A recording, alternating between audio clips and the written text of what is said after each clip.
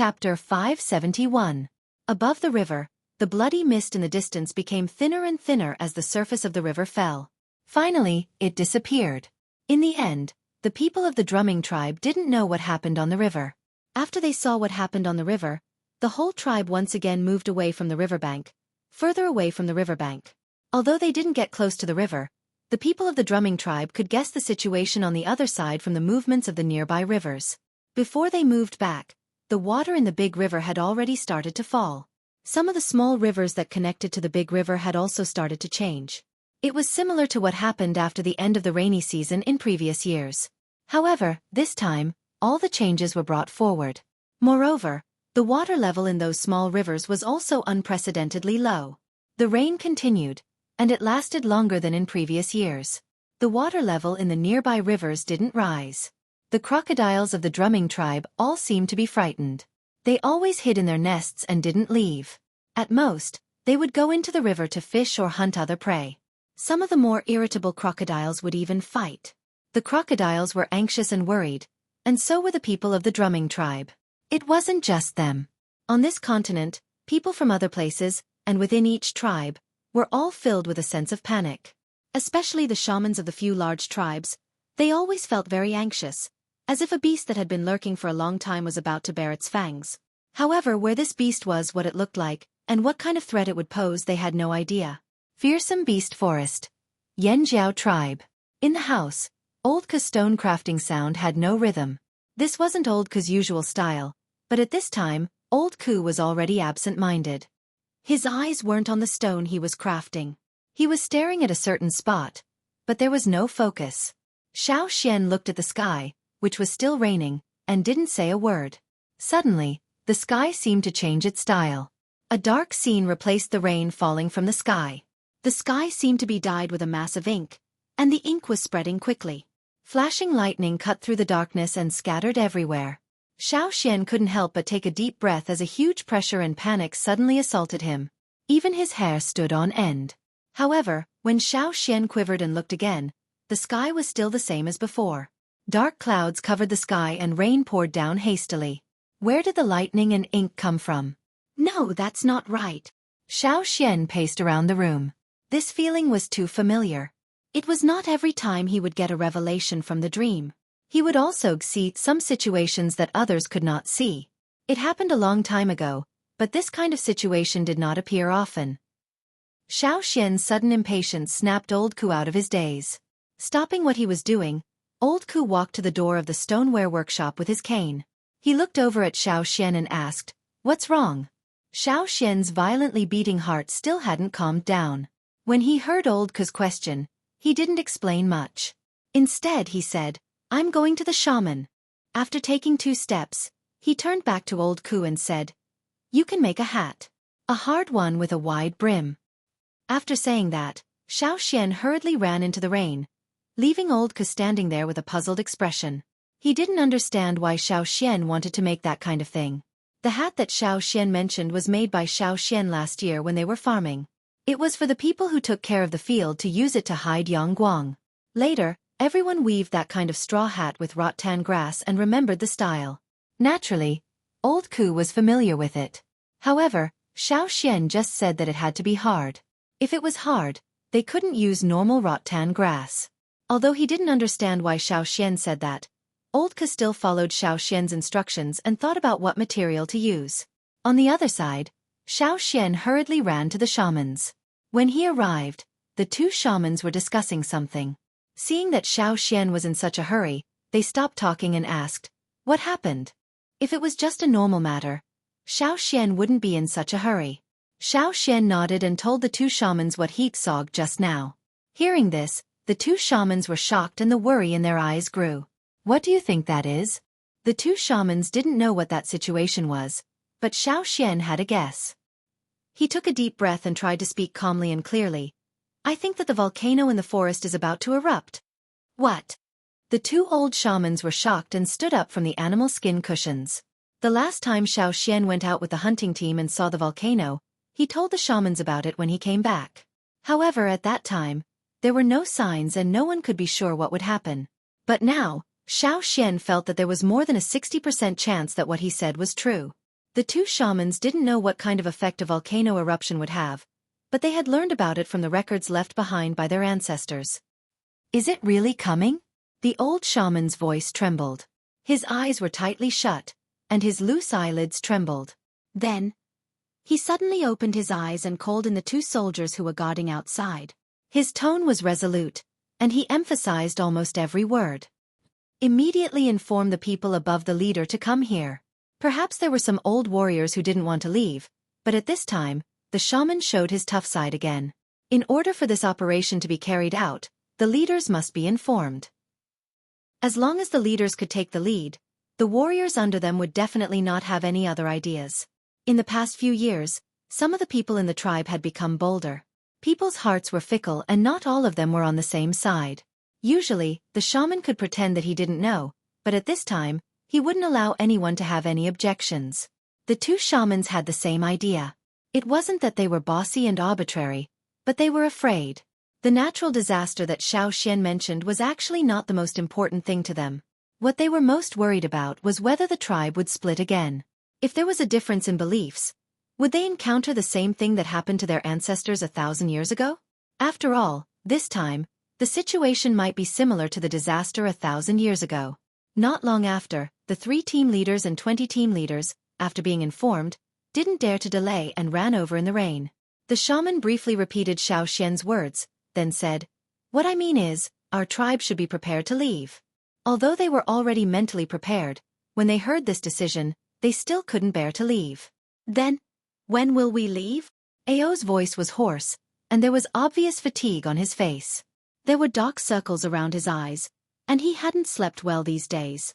In response to this question, the two shamans looked at each other, then at Xueqi at the same time. Xueqi paused then said, "We'll leave as soon as the rain stops. In the next few days, everyone should be prepared. If you lose everything you can start over again, but if you lose your life, you lose everything." The rain continued for a few more days, until one day, it suddenly cleared up, and Yangguang was radiant. However, the Yanjiao tribesmen's mood wasn't as radiant as Yangguang's. They were already prepared to leave this place that they had devoted themselves to for more than 3 years. Chapter 572. The Yanjiao people were already feeling gloomy after leaving their homeland, which they had painstakingly rebuilt for 4 years. There were still unknown dangers and an uncertain future ahead of them. Everyone's emotions were very unstable. The meaning of the old haunt was different from other places. This was the root of the Flaming Horn tribe. However, without the fire seed, the meaning of the old haunt seemed to have changed a little. No matter what, the old haunt was different. Leaving this place, everyone's hearts were extremely complicated. Their footsteps were heavy. This was different from the last large-scale migration. Last time, they had embarked on the migration road with endless hope and longing, endless motivation, and a constant feeling of returning to their roots. But this time, they seemed to have felt the feelings of their ancestors 1,000 years ago. Although they were only leaving temporarily, would they really be able to return in the future? When they returned, would this place still be the same as before? The crops in the fields had all been harvested. The immature ones had been pulled out and brought away. The animals in the animal pens, except for some cubs, had all been slaughtered in advance to make jerky. In addition, the tribe had rushed out many carriages. There were oxen, horses, and other livestock to pull the carriages. There were also a few ferocious beasts in the tribe. They had pulled carriages before, so they were very experienced. This time, there were many carriages. There were materials in the forest, as well as metal tools. Some parts of the beast carriages that were not suitable for use with stone tools could be replaced with metal tools. That way, the beast carriages could be made more sturdy. Therefore, compared to the last large-scale migration, there were many more people in the group this time. There were also many carriages. Among them, there were some beast carriages that were made to look like big boxes. No one was allowed to go near them. Except for a few people in the tribe, anyone who went near them would be severely punished. Inside the carriages were the veins of the sky that had been dug up again. The largest carriage was used as a temporary flower pot, and the 1,000-year-old veins of the sky had been transplanted there. If the weather was good, the guards would open the wooden boards above to let the plants bask in the sun. Fortunately, the veins of the sky were not as big as cabbages. Only the roots were a little damaged. After all, The longest part of the veins of the sky was its roots, which were like the pulse of a human. In the middle of the group, there were dozens of large carts filled with food, and there were also many guards around them. The people in the team did not bring much food. Most of the food was transported together. However, Yan Jiao did not care about the wanderers. If they wanted to leave with the team, they could follow the team. If they did not want to follow, they could go wherever they wanted. Some of the tourists felt that Yan Jiao was making a mountain out of a molehill and did not intend to leave. They even thought that after the Yan Jiao left, they would go into the forest and live in the Yan Jiao people's houses. They had been thinking about those solid stone houses for a long time. This time, the Yan Jiao tribes were migrating, and no one could stop them. It was a good opportunity to occupy them. Maybe they could even live in the houses of the Yan Jiao shamans and chiefs. He had to enjoy it. Some wanderers still decided to follow Yan Jiao because they had learned their lesson from the previous changes. There weren't many people who left for other places. They were aware of the fact that they could either stay or leave with the flaming horns. If they didn't choose either option and went to other places, it would definitely be more difficult. They might not even have a chance to survive. The movement of more than 10,000 Yan Jiao tribes was too obvious. It was impossible to avoid the eyes of others. In just 4 years, Yan Jiao had migrated again. It was simply unbelievable. All the tribes who knew about this thought that Yan Jiao was crazy. Did they think that migrating tribes was a game? How long had it been since the last migration? Why didn't they stop? Were they joking about the fire seed? Wait, where did they hide Yan Jiao's fire seed? They did not seem to feel it. However, because the frequency of the earthquakes had increased, and the battle for water had become more intense, many people only talked about it at the beginning. After that, they no longer paid attention to Yan Jiao. Those who were fighting for water continued to do what they were supposed to do. Of course, there were also people who tried to figure out what Yan Jiao's actions meant. Xiao Xian had already sent people to inform the Lu tribe. The Hui tribe was too far away, so Gigu sent his snow falcon to inform them. After all, they were cooperating with the Lu tribe. They should be informed of the migration and be careful. The horses that pulled the carriages were domesticated by the Hui tribe. They were more reliable than those bought from other tribes. They were calmer in the face of danger. There were a lot of blind robbers on the road, but they were all mercilessly chopped down. There were even robbing gangs that were formed by people from the same tribe. Because they couldn't compete with other tribes and couldn't seize the water source, they changed their way of survival. Robbing. When robbing in a gang, the more people there were, the better. With a plan and premeditation, the success rate was much higher. After tasting the benefits, they became more ambitious and gradually shifted their target to larger groups. This time, Yan Jiao was targeted by them. It was because Yan Jiao's carriages filled with food were too attractive. They could smell the smell even if they covered it with cloth. They did not want to give it up. And when it came to robbers, the Yan Jiao people never held back. They killed whoever came. This year's rainy season lasted for a long time. After the rainy season ended, the time for the 2 moons to coincide was approaching. Until that day finally arrived. The 2 moons were full, illuminating the night as bright as day. Ever since they came here, the Yan Jiao people had not experienced the fear of the 2 moons for a long time. Once again, it shrouded their hearts. Xiao Xian felt his eyelids twitch. A strong sense of uneasiness rose in his heart. Cold sweat inexplicably broke out, as if a basin of water had been poured over him. His bones felt like they were frozen. It was extremely cold. Xiao Xian, what's wrong? Zheng Luo asked. It was not that he was suspicious, but Xiao Xian did not look right. They're here. Xiao Xian said these 2 words almost without thinking, as if it was an unconscious reaction. Zheng Luo wanted to ask more, but the originally resting fearsome beasts suddenly stood up in fright. Then, the cows and horses pulling the carriages and other animals also became anxious. Boom! The earth rumbled without warning. The ground beneath their feet shook violently. Those who were asleep were jolted awake. Many people lost their balance and fell to the ground. Crack, crack, crack. The sound of the earth splitting open tore apart the peace in everyone's hearts. People were trembling uncontrollably due to extreme fear. Even though they had been warned of what they might encounter, even though they had been mentally preparing themselves, even though they had experienced earthquakes many times, this moment was something that they had never encountered before. Under the white night sky, between the cracks in the earth, a vast and terrifying aura rushed out. It was so powerful that no one could think of resisting. That wasn't something that any beast could do. Not even the beast kings that people thought to be unstoppable could have such destructive power. This was the power of heaven and earth. This time, it was not like the previous earthquakes that were just for fun. Then, there was a violent rumble that almost made everyone lose their hearing. The people in the group stared blankly at the place they had walked before resting. There, a rock wall with no end in sight rose from the ground. It was as if a pair of hands had broken off the earth. The ground shook violently, dispersing everyone's thoughts. At that moment, their minds were blank. Any kind of power could only be truly experienced after experiencing it personally. In the past, they could not understand why their powerful ancestors were forced to leave their homeland. Now they felt it. And this was just the beginning. The night was as bright as day. Everyone was anxious. Chapter 573. When the night gradually faded away and the 2 moons were finally replaced by the sun, the earthquake was still not over. Ferocious Beast Mountain Forest. The chaos had already begun before the earthquake. The ferocious beasts who had a bad premonition took action first. Even if they were mortal enemies who fought for territory on normal days, now that they met in the forest, they would not look at each other. They were running for their lives. Perhaps because their level of evolution was higher than the other ferocious beasts in the forest, they could feel the approaching threat more clearly. They had no other thoughts now. There was only one thought in their minds, and that was like an instinctive reaction from the bottom of their hearts. Run. Run to a place far away from danger.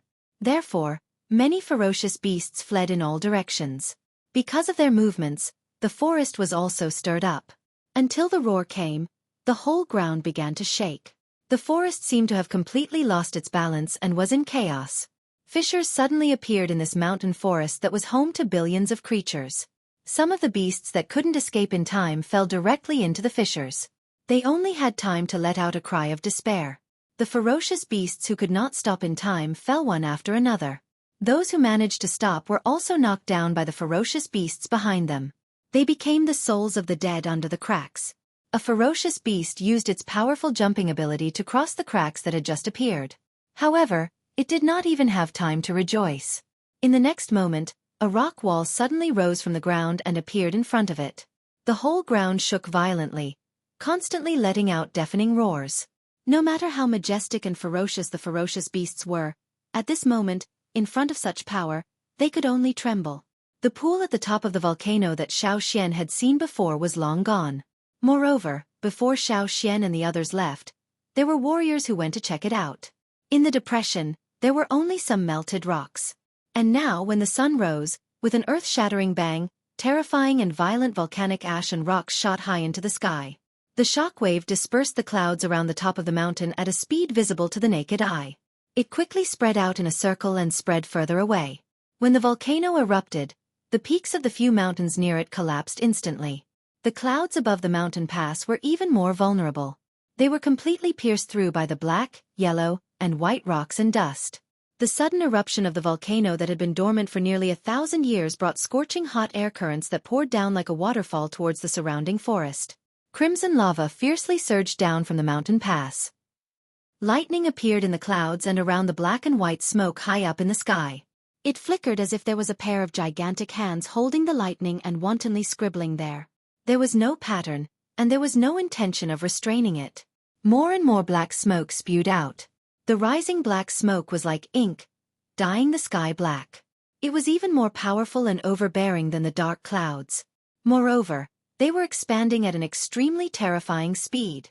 The ferocious beasts in the forest ran with all their might. The huge and thick ancient trees were knocked to the ground. Some of the weaker beasts were directly knocked to death. They had no time to dodge at all. The carcass of the ferocious beast that had been killed by the tree didn't even last a second. In the next moment, it was trampled into mud by an even larger beast running from behind.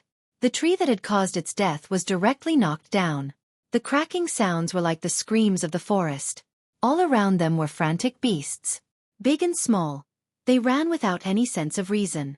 The slightest bit of carelessness would cause them to crash into each other. They were already so scared that they didn't have any ability to think. They could only rely on their instincts to run away from danger. As for the rest, they could only resign themselves to fate. This kind of situation was already beyond the control of these insignificant creatures. In the place where the Yanjiao tribe was located, there were still wanderers who hadn't left with the Yanjiao team. They had stayed here for the first 2 days and felt very comfortable. They had big houses to live in, and some people had even changed the houses that the shaman and chief had lived in. Because of this, a few wanderers had even fought for a while. They went to each house and found some things that the Yanjiao people had forgotten or didn't take with them. There were some abandoned gold wares and some food. They had originally planned to search all the houses in Yanjiao and then leave for other places. They weren't really stupid. It wasn't that they didn't know the danger here. They just took the risk out of desperation. They thought that after the Yanjiao left, they would pick up the leftovers and then leave with the trophies to exchange for more things in other places. However, everything happened too fast. Before they had finished searching all the houses, the unforeseen event had already happened. The violent shaking of the ground had already caused nearly 2/3 of the houses to collapse. Among them, there were many stone houses that were once considered solid. However, under such an earthquake, they couldn't withstand it. However, the wanderers who stayed mainly lived in the core area of Yanjiao, where the chief, shaman, and leaders lived. Those houses were built by more powerful warriors. Compared to the other houses, the majority of the wanderers had survived that night. However, the remaining houses would not be able to hold out for much longer. But this time was different from the past. First, there was a shocking explosion. They didn't know what had happened. Countless beasts ran out of the forest. They were so scared that they didn't dare to go out of the house. Although there were beasts rushing out of the forest on the previous night when the moonlight was shining, there weren't as many beasts as there were now. The wanderer hiding in the shaman's house was so scared that his face was pale. Big drops of sweat fell down, and his whole body was trembling. Outside, large and small beasts ran past the house. The footsteps didn't mean to stop. Instead, they became more and more frequent. Some even directly hit the house. If the stone house hadn't been built solid, it would have collapsed. However, no matter how solid the stone house was, it couldn't withstand the continuous earthquake and the impact of the beasts. The wanderer swallowed his saliva and reached out his trembling hand. He climbed up the low table on the wall and looked at the small window on the wall. The other windows in the house had already been blocked by him. Now, there was only this small window left. He moved the wooden board away from the window and looked at the sky outside. The shaman lived in a good place. There wasn't much shelter. He could see the tall stone pillar in Yanjiao and the sky. Looking outside, the fear in the wanderer's eyes rose to the extreme. At that moment, he had given up on living. In the sky, the red clouds under the morning sun were quickly dyed black. The rolling ink-like black smoke covered the sky and was spreading out of the forest. The dense flock of birds tried their best to speed up and leave this hellish place before the black smoke. However, they were still overtaken and swallowed into the darkness. The light of the day was quickly dimming. Rocks and other things were thrown out of the ejecting place like cannonballs. They smashed everywhere in the forest. Even the edge of the forest and outside the forest were not spared. The tall stone pillar that stood near the fire pit was the one that Xueqi rebuilt later.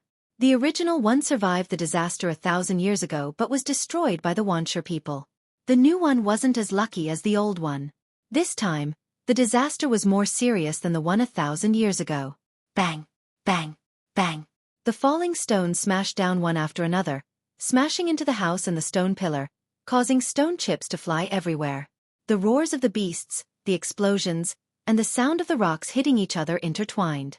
It was so loud that no one could hear anything else. When the last light disappeared, it was pitch black all around. The explosions continued. The panicked beasts were still frantically looking for a way out in desperation. The black smoke in the sky continued to spread. Below, it was like the end of the world. Chapter 574. At the place where Xueqi and the others were resting, they also heard the deafening sound of the eruption. It wasn't just at the Yanjiao team's resting place. Some tribes even further away heard it too, but they didn't know what it was. Originally, they planned to continue their journey after taking a rest. Before they left the tribe, they had discussed several times. Finally, according to the simple route left by their ancestors, they selected some places where the tectonic plate movements were not so strong. In Xueqi's opinion, the places outside the earthquake zone would always be safer. Xueqi didn't draw out a long route. Back then, their ancestors walked directly to where the drumming tribe was today. Xiao Xian's route was inland. With such strong seismic activity, he didn't know what would happen at the edge of the mainland. Although inland was also dangerous, it was safer. Now, they were only halfway along the route. They hadn't really reached the inland and were still some distance away from the big tribes. The snow falcon that delivered the letter to the Hui tribe had just returned. It came back trembling and landed on Gigu's shoulder. It wouldn't fly no matter what. Should we continue? Ao stabilized his shaking body and asked Xiao Xian. The earthquake was still going, but it was sometimes weak and sometimes strong. When it was weak, they could barely walk. When it was strong, they couldn't even stand. That was why everyone was panicking. No. Xiao Xian shook his head. He looked at the sky and said to Ao and Zheng Luo, "Continue to rest here. We might not be able to leave for a few days." The two chiefs' hearts skipped a beat. "We can't leave? What do you mean? Was there something worse?" This was the result of Xiao Xian's rope divination when the earthquake was weak before the sun appeared. "At least 5 days. We might have to rest first. Tell everyone to get ready. Don't go near the cracks. Don't get separated. Take out your hats," Xiao Xian said. Although they didn't know why Xiao Xian said that, the two leaders still followed Xiao Xian's instructions. The group that was slightly scattered due to the earthquake gathered together. Food and water were distributed, and the hats that they had made before leaving the tribe were also taken out. Not long after, the sentinel exclaimed. Everyone looked in that direction. On the horizon, darkness was spreading towards them at an extremely fast speed. "That direction is..." Ao's voice trembled. That was the direction of the ferocious Beast Mountain forest, and the black sky was coming from there. The spreading blackness caused a lot of panic. "What is that? What's going on?" The restless ferocious beasts and reared animals were forcibly held down. Xiao Xian comforted Caesar, and then said to old Ku, who was leaning against Caesar, "Put on your hat." It didn't take long for the black sky to spread above the group. Under the black smoke, dust and small pieces of rock fell, hitting people's hats made of different materials and making a fine tinkling sound. Because they were already some distance away from the forest, large pieces of rock wouldn't fall here. Most of it was dust and small pieces of rock. For the tribesmen, it was fine as long as they wore their hats. An old warrior covered his face with a thick linen cloth to block the flying dust. He wore a large animal skin cloak and held his child in his arms. He wrapped the cloak so that only a small mouth could be seen. Pulling on the leather rope tied to his chin, the old man pulled back the hat made of big nut shells from the forest that had been blown up by the wind. He knocked on the hat to shake off some of the dust on the hat, and then looked at where the leaders were. Although it was very dark now, he could still see some moving figures. As long as the elders, leaders, shamans and leaders were all here, they should be fine. It had to be said that Xiao Xian's actions did indeed calm people down and reduce a lot of panic. Many people felt that the elders and shamans must have expected such a situation and must have countermeasures. In fact, Xiao Xian didn't have any countermeasures. Up until now, he had tried to predict the future with his knot divination, but he hadn't succeeded. Maybe it wasn't time yet, or maybe he didn't have enough ability. He could only endure. If he could survive this ordeal, perhaps he would be able to find out more. The black smoke in the sky covered Yangguang, and the surrounding temperature dropped a little. According to Xiao Xian's divination results, the situation would remain like this for at least 5 days. Moreover, Xiao Xian knew in his heart that even if they survived this disaster and returned to the fearsome beast forest, it would be impossible for them to farm in a short period of time. As for prey, it would probably be difficult to find them. How many beasts in the forest could survive this change? If Yan Jiao returned, how would they survive? Xiao Xian looked at the dark sky and thought hard. At the same time, in the distant sea, there were also some eruptions similar to the one in the fearsome beast forest. There was also black smoke spewing out, spreading from several places and finally covering everything under the black smoke. The volcano in the fearsome beast forest had its peak cut down by hundreds of meters. Moreover, as the volcanic ash and magma continued to erupt, this change continued. Waves that were hundreds of meters high rose from the surface of the sea and surged forward. Then, even higher waves followed closely behind, one after another, crashing toward the land. In the desert, darkness was spreading. Some wandering slaves were screaming in horror. They didn't know what was going on, but not long after, they couldn't scream anymore. The waves hit the desert and swallowed everything near the coast. The people who thought that they could survive and build their own power lost all hope. The people of Rock Hill City rarely cleaned up the forces near the coast. In the past, many people didn't understand. There were even some remnants of the slave masters who were rising up, but the people of Rock Hill City didn't care. Now, some people suddenly had a strange thought. Did the people of Rock Hill City know that this would happen? However, even if they were confused, they couldn't find the answer. A series of tsunamis swallowed up nearly a third of the desert. To be exact, it wasn't swallowed up. A large part of the desert that was swallowed up had disappeared along with the violent shaking of the ground. In other parts of the desert, even places that weren't hit by the tsunamis were not peaceful. Sand waterfalls that sprayed out without warning or sudden sinking of quicksand swallowed many people and beasts. Many places were in a state of panic. The calmest place was probably Rock Hill City. Even if there were big changes in the surroundings, the place where Rock Hill City was located wasn't affected much. There was an impact, but it was small. Although there was an earthquake here, it wasn't very active. There was also no quicksand or sand waterfall. The tsunami's impact had been greatly reduced not far from Rock Hill City. To Rock Hill City, it was really not a big deal. A long time ago, someone asked the king of Rock Hill City why he built a city here. With Rock Hill City's strength, they could have taken a better place. The king of Rock Hill City smiled but didn't say anything. Every king of Rock Hill City knew the reason but never told others. Even many of the Sher family's descendants didn't know the reason. Only the successor had the right to know. The darkness continued. As the earth quaked and mountains swayed, no one knew just how great of a change had taken place. Chapter 575. On this continent, there was almost no place that was peaceful. Xueqi had no way of knowing how the people in other places were doing. In this world, there was no need to expect anyone to rescue them when they encountered a disaster. You had to rely on yourself. The earthquake was still going on, and the darkness in the sky had not dissipated. 2 days had passed, but there was still no light. A thick layer of dust had accumulated on the ground. If you lay still on the ground on the first day, you would be buried by the falling dust on the second day. In the darkness, in the midst of the earthquake, large tents were set up in the tribe. Xueqi had made these tents before he left the tribe. The tents were made of animal skin, which was much stronger than linen. The tents were set up with specially made metal poles, which were tied with the strongest rattan ropes. The poles were tied to large stones that were carried over. 2 or 3 warriors sat on the large stones. If the stones rolled to other places due to the earthquake, they would move them back to maintain the stability of each tent.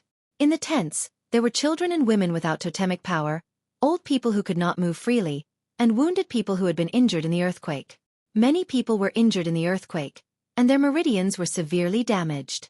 If it was in the past, their injured hands and feet would be crippled, or their lives would be in danger. However, with the veins of the sky, the situation was different. Not only could they save their hands and feet, but they could also save their lives. Xueqi walked quickly in the team. Others needed to rely on the water moonstone to illuminate the surroundings, but he did not. If there were people who were seriously injured, he could find them faster. He called a team of people who were responsible for transporting the wounded. Xueqi and the others carried the injured people to the tents.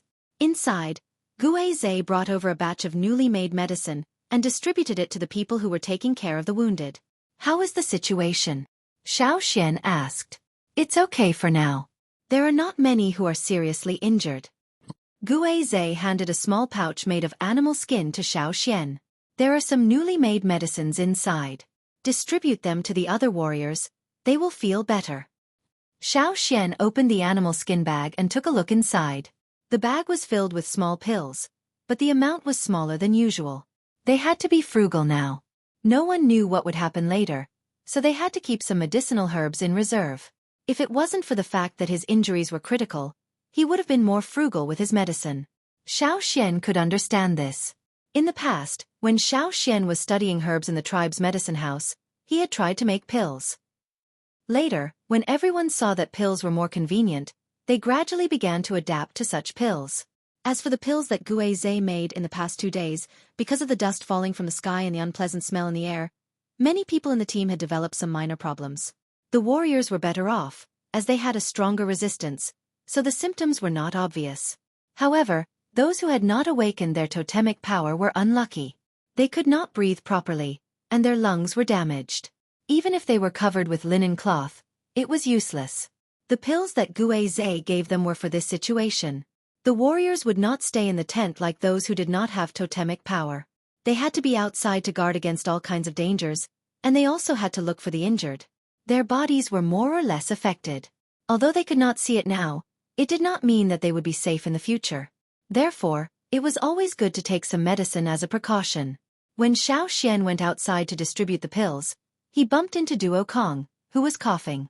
He was annoyed by the linen cloth, so he took off the linen cloth that covered most of his face. As a result, the dust that fell off was inhaled into his nose, and he choked until he almost collapsed. "It's time to take your medicine." Xueqi handed him a pill. "Although it's uncomfortable to cover your face with linen, it's still better than you." Xueqi did not need to say more. Duo Kong was already regretting it. He stuffed the pill that Xueqi handed him into his mouth, and took a big gulp of water from the water bottle that was hanging on his waist. The refreshing feeling dispersed the pain in his throat from coughing, and his breathing became smoother. After he recovered, Duo Kong sat on the ground. He did not care about the layer of dust on the ground, and asked Xueqi, "What should we do from now on?" Xueqi knew that they were starting to panic. Not only Duo Kong, but the others, the chief, the shaman, the various leaders, and even the soldiers who did not say anything but looked worried and anxious, were all worried. After all, they had never encountered such a thing before. After these 2 days, no one could remain calm. Xueqi thought for a while, and called Tuo, who had just left the tent after sending the injured, over.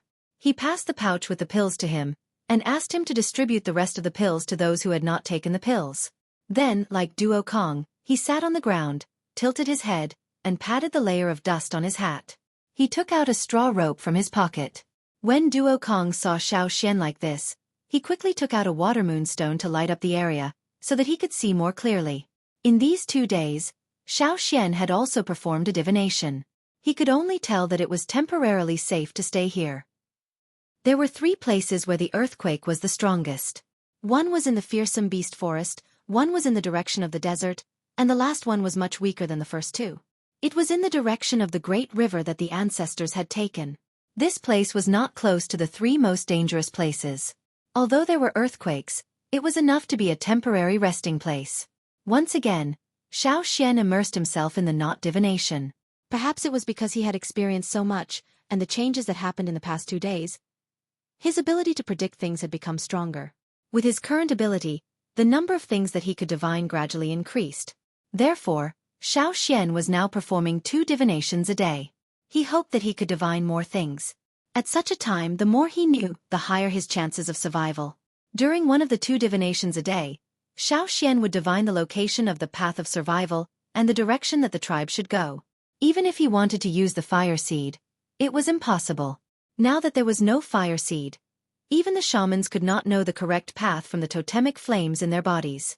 Under the weather, the fire seed was powerless. Sometimes, it was better to rely on one's intuition. Xueqi's intuition was to follow the path that the ancestors had taken. However, he was leading a tribe after all. If he was not confident, he would not act rashly. After the divination, Xueqi looked at the knot that was finally tied. He understood the meaning of the knot and felt slightly relieved. As expected. What's the result? Ao, who was watching from not far away, could not help but walk over. He just wanted to check on the wounded, but when he saw Xueqi sitting there with a straw rope in his hand, he suddenly understood. However, he did not dare to disturb Xueqi.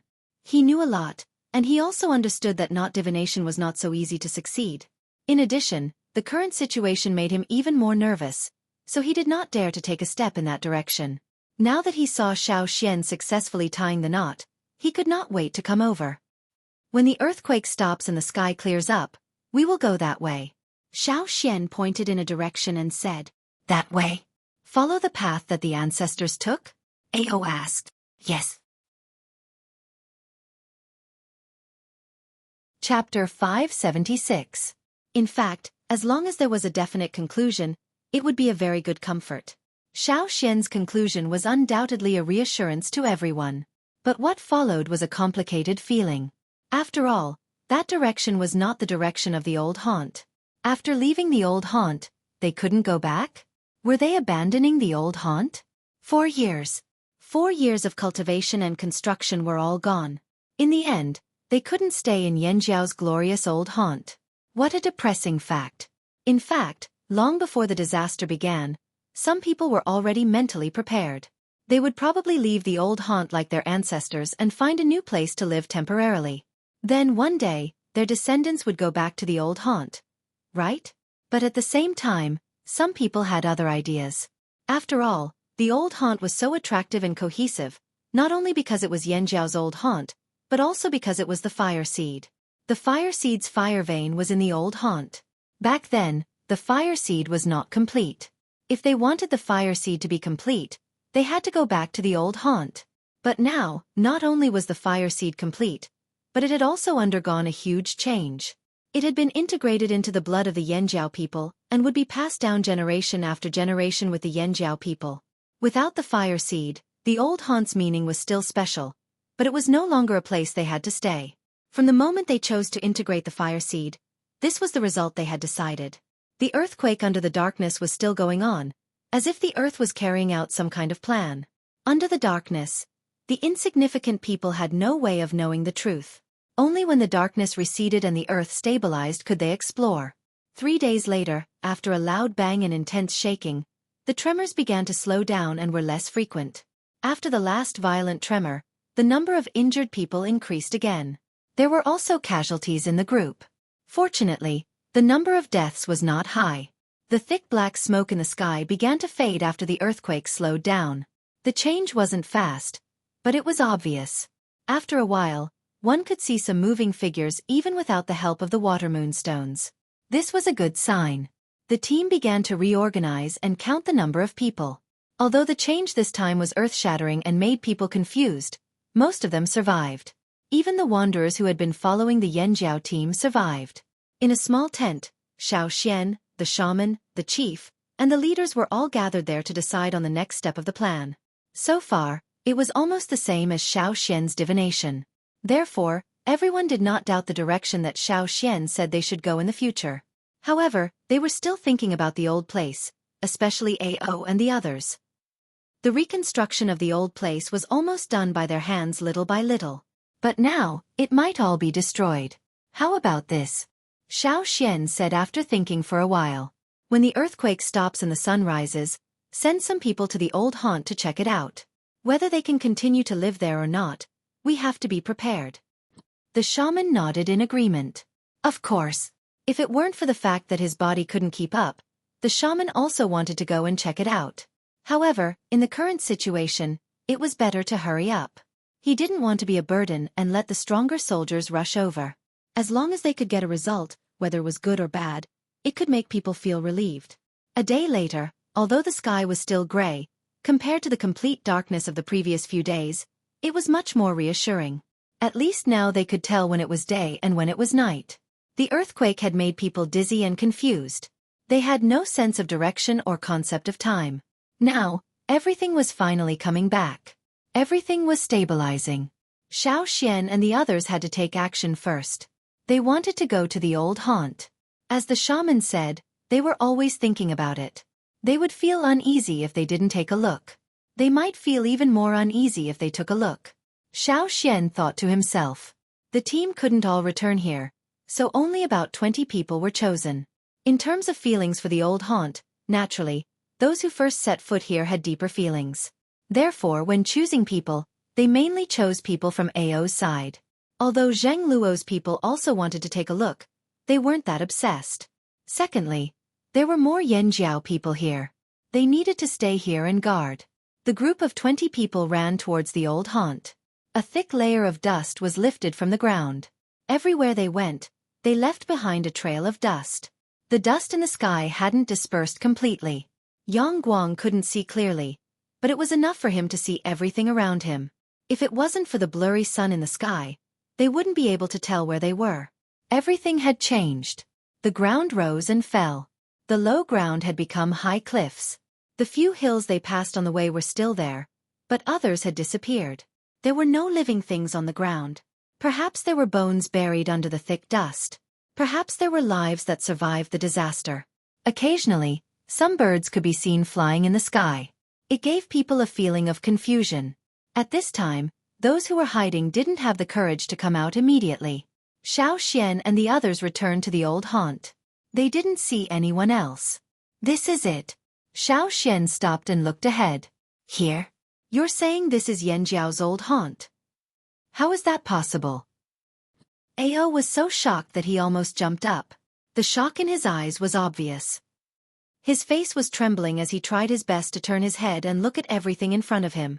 In front of them, it was the same as the other places they had passed. It was even more flat. Other than the color of the dust on the ground, it looked like a desert.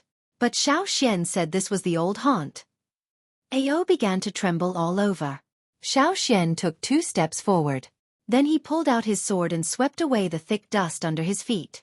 Under the dust, there were many pieces of gravel that couldn't be seen clearly. Some of them were stained with brown blood. Perhaps they were left behind by the beasts that had fled from the forest. Or perhaps they were left behind by the wanderers who hadn't left. Xueqi could see through the layer of dust and see a little of the scene below. In places where the ground bulged, there were piles of stones from collapsed buildings. There were also corpses of giant beasts that had already died. The giant beasts that had once been so arrogant in the forest couldn't escape this disaster. Under the power of heaven and earth, all living things were ants. Perhaps there were all kinds of creatures in the depths of the forest that had escaped this disaster. But right now, the Yanjiao people were only concerned about the ruins of the old haunt. Even if there were other places in the forest where people could continue to live, they were no longer the old haunt. In the hearts of the Yanjiao people, they were no longer the old haunt. The black dust under his feet had a pungent smell. Xueqi picked up a stone and pulled it up. It was only half a meter long and incomplete. If it weren't for the patterns on it, Xueqi wouldn't have recognized it. This was the stone pillar that he had personally engraved the patterns on. Now, the stone pillar had fallen, and the cracks were even more severe than the one that had been destroyed by Wan Shi. There were already many craters on this piece of wreckage, and the original patterns had been destroyed. One could only imagine the situation at that time. This was much more terrifying than what their ancestors had encountered. Although the old haunt had changed a lot after their ancestors left, many things had been preserved. The forest was still there. But now, as far as the eye could see, there was only one word to describe it: destruction. It was a complete and utter destruction. After 4 years, all traces of life were gone. The dense forest and towering mountain peaks were all gone. All that was left was a wasteland. Even Ao, who had always been calm and steady, couldn't help but choke with sobs. Some of the warriors cried. Pitter-patter, pitter-patter. Drops of rain fell from the sky, and soon became rapid. The raindrops hit the wasteland, splashing up a lot of dust. There was a lingering smell of destruction in the air. The rain began to wash away the haze in the sky. Some gray rain fell on Xueqi's face, leaving mud-like marks.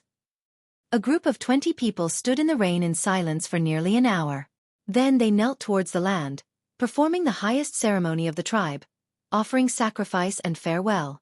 Perhaps they wouldn't be able to live here again in their lifetime. Perhaps one day in the future, their descendants would bring the tribe back to this homeland that had been restored. Even if there were still unstable factors lurking here, an old place was still an old place. This was the persistence of the tribesmen. The rain became heavier, and the dust on the ground turned into mud. After kneeling on the ground, the group of people were covered in black mud. But at this time, no one cared. When they got up, the sorrow in their eyes had disappeared, and what was left was determination. There was still a road behind them. They had only walked a small part of that road, and the rest of the tribe was waiting for them. Looking at the old haunt on the wasteland again, the group of 20 people turned and left. Chapter 577. When they returned to the team, the weather had begun to clear up. After the continuous darkness and turbidity, they saw the clear sky again, which made them feel much more relaxed. A rainbow appeared in the distance. However, at this time, no one wanted to take a look at those wonders at all. They were all worried about the future. During the time when Xueqi and the others left for the old haunt, several groups of people were sent out to inquire about the situation in different directions. Knowing more information about other places would be beneficial for Yanjiao's later actions. When Xueqi and the others returned from the old haunt, Several groups that had gone out also came back one after another not long after them. According to them, there wasn't a single place that wasn't damaged. However, some tribes suffered heavy losses, and the terrain changed greatly. The ground cracked, and countless houses collapsed, and some even disappeared. However, some places didn't suffer as much damage. The most obvious ones were the places where the large tribes were located. Some small and medium-sized tribes were hit to varying degrees, but comparatively speaking, the big tribes such as the Mang tribe, the Eight Limbs tribe, the Longboat tribe and so on, suffered some losses, but to the whole tribe, it was not too big of a blow and didn't hurt their bones. Where they were, the earthquake was not too violent. In terms of degree, it was probably similar to where we were resting. The returning soldiers said, "I heard that thousands of years ago, many tribes were not in their current positions. For example, the Mang tribe and the Eight Limbs tribe were not close to each other. They migrated later." Ao said, in the past 4 years, he had learned a lot of information from the people in the traveling group. It seems that they also migrated at that time. It's just that they did not migrate far away and occupied several relatively stable places. That's why they suffered less damage during the catastrophe. Xueqi said, "Every tribe settled down for a reason. They wouldn't settle down there for no reason. Just like how the flaming horns used to live in the fearsome beast forest, they hunted for prey. For a tribe that no longer hunted for a living, a relatively stable land with fertile soil and a water source was a very good place to settle down. No wonder those tribes didn't do anything. They were already prepared." The shaman sighed. It was because the ancestors of those few tribes had occupied several relatively stable and convenient places to develop during the earthquake that they were able to avoid the disaster of that year and this time. However, some small tribes that happened to be in the areas where the earthquake was intense were unlucky, and some of them were even exterminated. That's why a good place is so important. The two shamans sighed in unison. However, how could a good place be so easy to find? Back then, Yanjiao lived in the ferocious Beast Mountain Forest, which was far away from the few places where the earthquake was relatively weak. They didn't have time to fight for territory, so later on, the tribe had to travel far away to find a place to live. So where would Yanjiao go this time?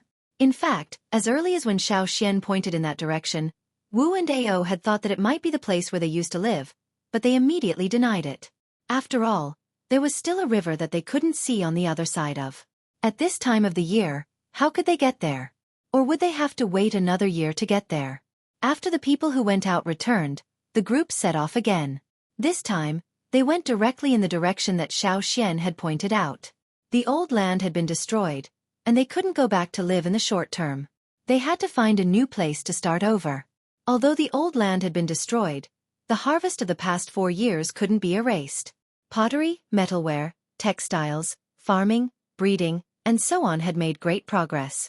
After being isolated from the world, Yanjiao people were like dry sponges, crazily absorbing everything.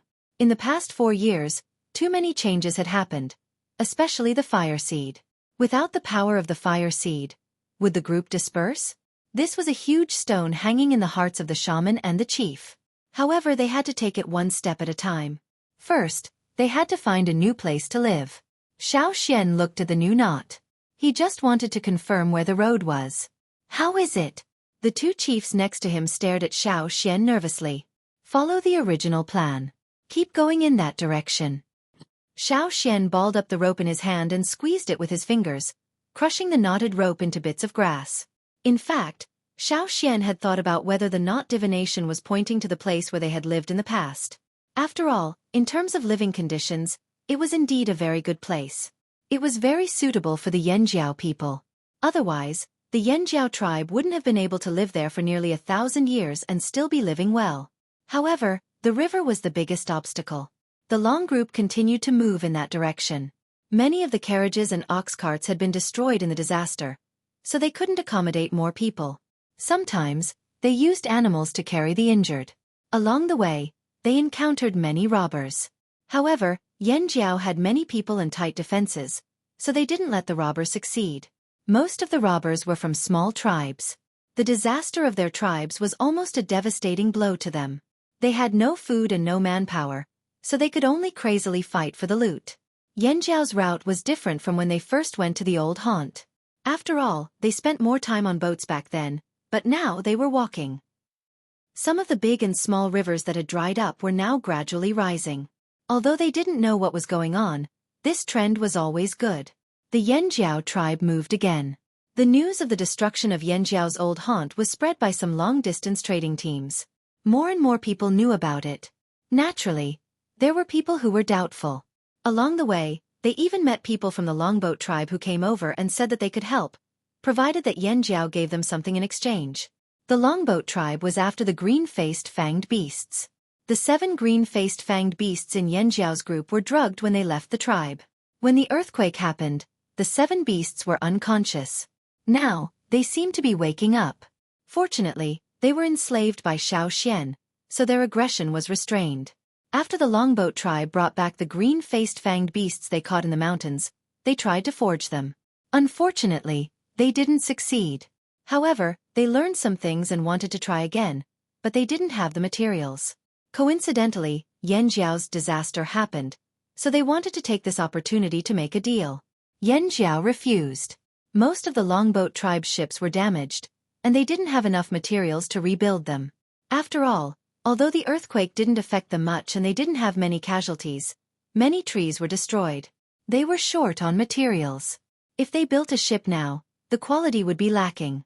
Yanjiao didn't want to make this deal. They wouldn't tell the other tribes the secret of the new bronze wares. Even if they needed a ship, they could make it themselves. However, building a ship took time and a lot of materials. If they couldn't complete it, it was better to travel on foot. Besides, the water level in each river was rising. It wasn't as deep as it used to be. It might not be convenient to sail on it. Other than the Longboat tribe, the other tribes also had the same idea.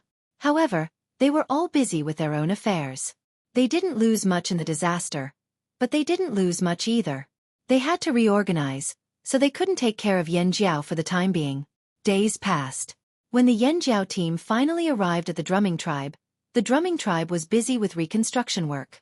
When they heard the whistle from the patrolling warriors, they thought it was an enemy invasion. They didn't expect it to be the Yanjiao people they hadn't seen in a few years. Chapter 578. The people of the drumming tribe had a deep impression of Yanjiao. They didn't have much contact with other tribes, but Yanjiao's appearance that year was too special. They even helped them, so they remembered clearly. However, the last time they saw the Yanjiao tribe, there weren't so many people. The people of the drumming tribe were happy to see Xueqi again after 4 years, especially Fu Shi, who was familiar with Xueqi. But when they saw the Yanjiao team, they couldn't help but be curious. "You're migrating again? They just moved here 4 years ago, and now they want to leave again?" This tribe migrated too frequently. Although it was because of the natural disaster, the frequency of migration was too high for the tribesmen. Fu Shi's words were unintentional, but it made the Yanjiao people's faces bitter. If they weren't forced to do so, who would be willing to give up 4 years of hard work to build their homeland and come all the way here again? The closer they got, the more familiar Ao, Gigu, Ta, and the others felt. A thought rose in their minds again. Could it be that they really had to go back to where they lived before? The more they thought about it, the faster their hearts beat. Compared to finding a new place, they obviously preferred their old forest. Even if there were some shortcomings, tribesmen were nostalgic, especially for land. One could imagine how they felt at this moment. So before Fu Shi could say anything, Ao asked, "Is there any change in the river? Have the river beasts returned? Can the boat sail on it?" Ao's series of questions made Fu Shi's expression strange. The warriors of the drumming tribe beside him also had complicated expressions. Xueqi saw this and asked, "What's wrong? What's changed in the river?" "Change, of course." Fu Shi pointed in the direction of the river. "Did you notice that the sound of the river changed?" "The sound of the river?" Because they didn't often move around in the water, Yanjiao people were weaker than the drumming tribe in this aspect. "I didn't hear it," Ao said honestly. Fu Shi didn't look down on him. His eyes showed a complicated expression. "The sound of the river is gone. In other words, the river is no longer there." At this point, Fu Shi also sighed. Back then, when they left the riverbank to seek refuge, they were almost thrown out by the earthquake. They tied themselves and their families to tree trunks or higher terrain. There were many mountains here, and few flat lands. Even if they wanted to hide, they would hide from one mountain to another. No one wanted to leave this place and go further away. Because the fire seed was here, no one was willing to go further away. Later everything stopped. When he tried to go to the riverbank, he found that their former village had been destroyed. All the houses had collapsed. If they hadn't escaped in time and stayed far away from the riverbank like the crocodiles, perhaps many of them would have been buried in the disaster not long ago. What shocked them even more was what happened on the other side of the river. At that time, Fu Shi and the other warriors of the drumming tribe stood by the riverbank and looked forward. Everywhere they looked, the scenery had changed. The Yanjiao people were prepared to wait another year, but when they heard Fu Shi's words, they were all shocked. Even Xiao Xian wondered if they should wait for another year until the rainy season ended and boats could travel on the river. Along the way, they had discussed how to build a boat, but now, Fu Shi said that the river had disappeared. This shocked the Yanjiao people so much that they doubted their own ears. How could such a huge river disappear just like that? Moreover, according to what the drumming tribe said, all the changes were only completed in those 5 days, under the condition of day and night. I'll take you to see it. Fu Shi sighed and walked over. Letting the people in the team stay here, Xiao Xian and the 2 chiefs went to the riverbank together. There were crocodiles of all sizes moving around. A brown-eyed crocodile quickly crawled over to Xiao Xian. It was the little crocodile from before. After a few years, it had grown a lot. At first sight, it didn't recognize Xiao Xian, but after Fu Shi's reminder, Xiao Xian recognized it. But now Xiao Xian was thinking about the river. He patted the brown-eyed crocodile's head and quickly followed Fu Shi. The drumming tribe's original residence had been destroyed. If it wasn't destroyed in the earthquake, then it was buried by the mudslide brought by the rain. In short, it was uninhabitable and had to be rebuilt. Fortunately, most of the people were still there, and the fire seed was still there. This was already the best result. It's there. See for yourselves. Fu Shi pointed ahead. In front of them was a small hill, but there was no way to see the other side. Walking up the hill, there were no other obstacles in front of them. Xiao Xian could see clearly what was on the other side. It's really. Ao's voice trembled. Gigu, Ta, and the others were all in disbelief. Who wouldn't be shocked to see such a big river suddenly become a small river, and still be able to see the scenery on the other side? It's really there. Ta was too excited and stuttered. The others couldn't understand, but the Yanjiao people knew. The other side was where they used to live. The mountain seemed to have become taller, and there were many uneven places at the foot of the mountain. Rocks with edges protruded from the ground, like ferocious beasts baring their fangs and brandishing their claws. Further up, they could see the traces of their lives, even if the houses had collapsed. Their heavy breathing, red faces, and the excitement of the Yanjiao people puzzled Fu Shi. That's where we used to live. Ao took a deep breath. The pain and sorrow of the destruction of the old homeland faded when he saw the situation on the other side. They had lived in the old homeland for 4 years, but on the other side, they had lived for decades. How could they not have feelings? When they left that year, they had thought that after leaving, they would probably never come back. Even though the shaman said that the Yanjiao could use that place as a backup plan, and if they didn't do well, they could go back. But later, after the Yanjiao tribes returned to the old homeland and developed better and better, they gradually stopped thinking about the other side. Occasionally, they would still dream of the place where they used to live, the dangerous forest, and the familiar hunting routes. I didn't expect this. Ha ha ha. I didn't expect this. Ao took another deep breath, and then let out a long breath, as if he was spitting out all the depression in his heart. It's here, right? Xian? Ao stared at the other side of the river and said, Yes, it's here. Xiao Xian was now sure that the result of the divination was there. Years ago, the ancestors left the old homeland due to a natural disaster and came here. As a result, the earth cracked and the river formed, cutting off their path of return. And now, 1,000 years later, there was another change that was even greater than back then. The earth that had been split open was now closed. The river that had existed for 1,000 years was gone. Only a small trace was left, a small river that wasn't too deep or wide, and one could see the scenery on the other side of the river. There was probably no other backup plan that could comfort the Yanjiao people more than this. Chapter 579. When the tribe crossed the river, many of the children were still young. 4 years later, some of them had already become totemic warriors. Now that they knew what was on the other side of the river, and that was the destination of the tribe, the Yanjiao people who lived on the other side of the river were no longer depressed. Their moods had been fluctuating all this time. Even though the crisis was over, they had no place to stay.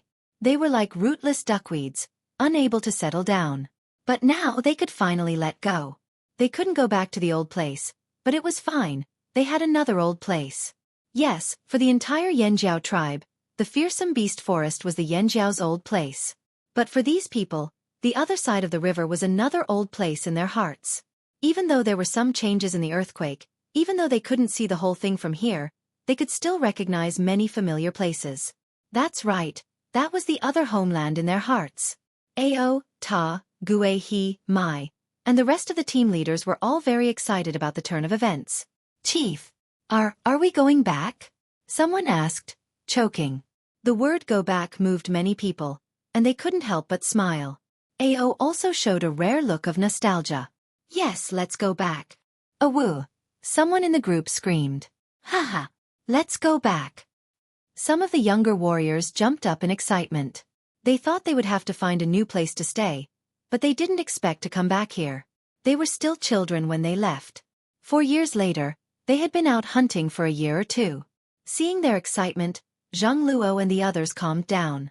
After all, they hadn't lived there before, and all they knew was from other people. That's where you used to live?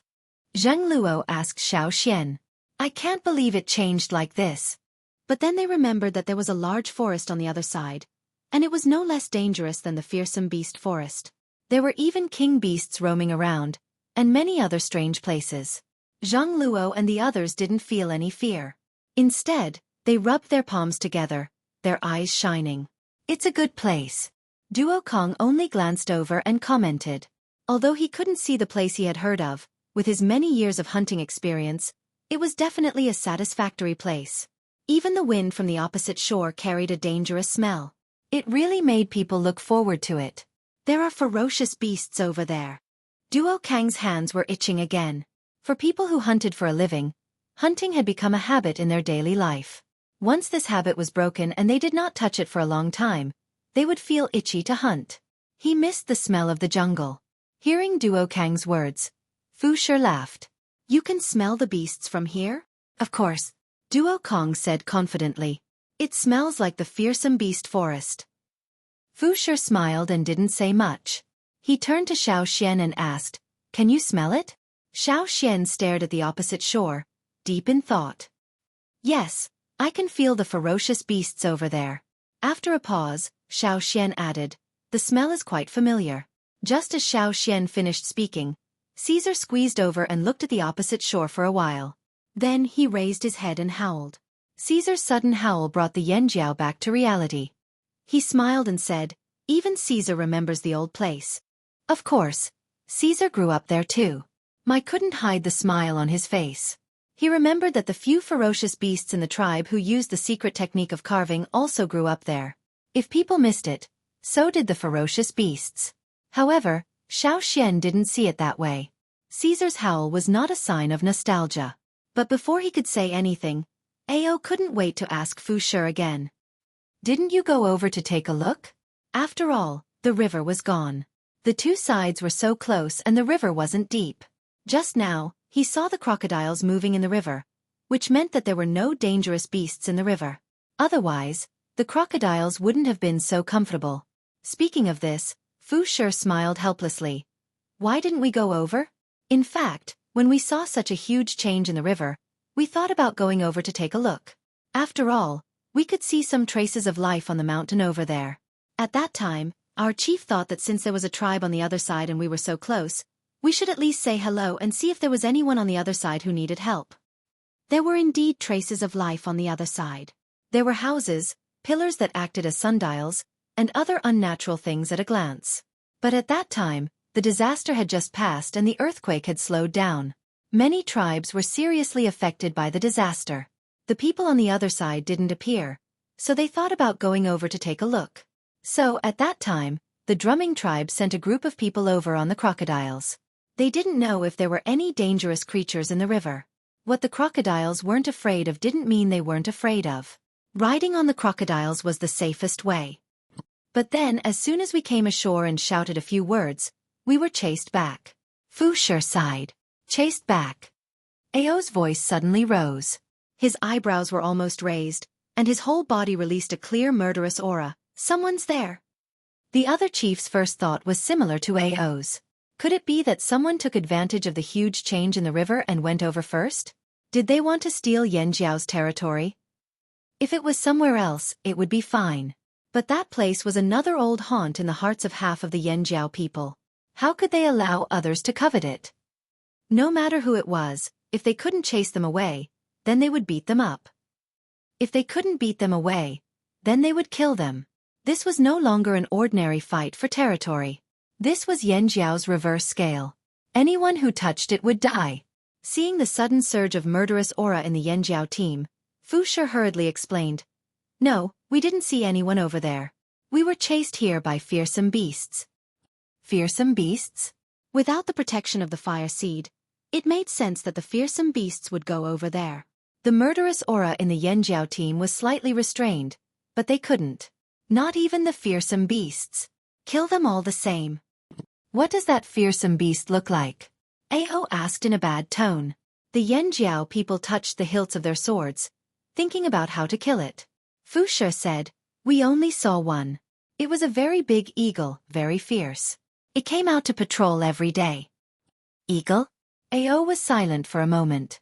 Flying beasts were indeed not easy to hunt. "Look, it's coming again."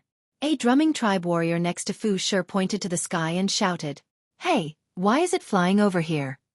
Fu Shi exclaimed, "Wasn't that eagle only guarding the other side of the river? Why is it suddenly flying over? And it's so fast." Seeing this, the drumming tribe and Yanjiao people all picked up their swords, axes and bows.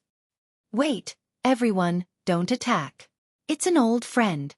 Xiao Xian hurriedly stopped them. "Old friend?" Ao didn't react at first, but then he thought of something. His eyes suddenly widened as he looked up at the sky. Caesar looked up at the sky and howled excitedly again. However, as the figure in the sky flew closer and closer, Caesar's howl changed midway, as if he was forcibly making a bend. There was a hint of doubt in his voice. "Ha! It looked a lot bigger."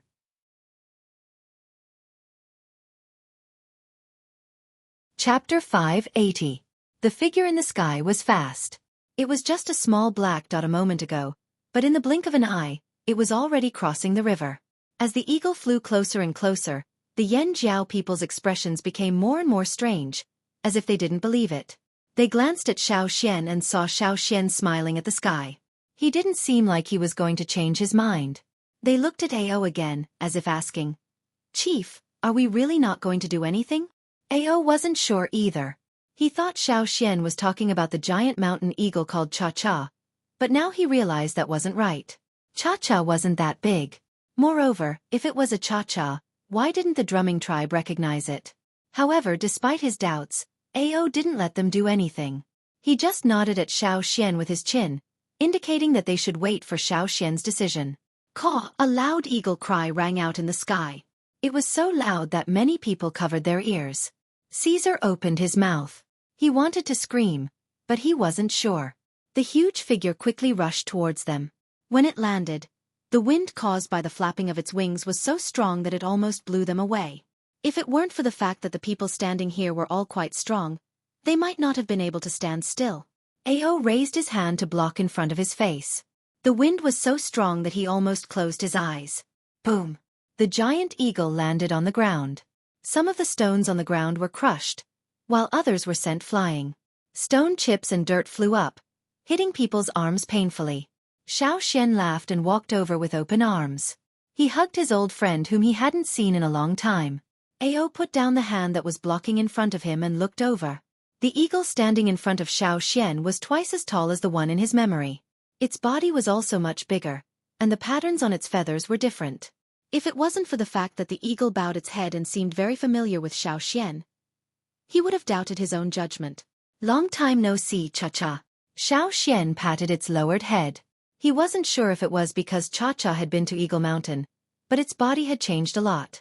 There were even some sharp patterns on its feathers that resembled the outline of a mountain.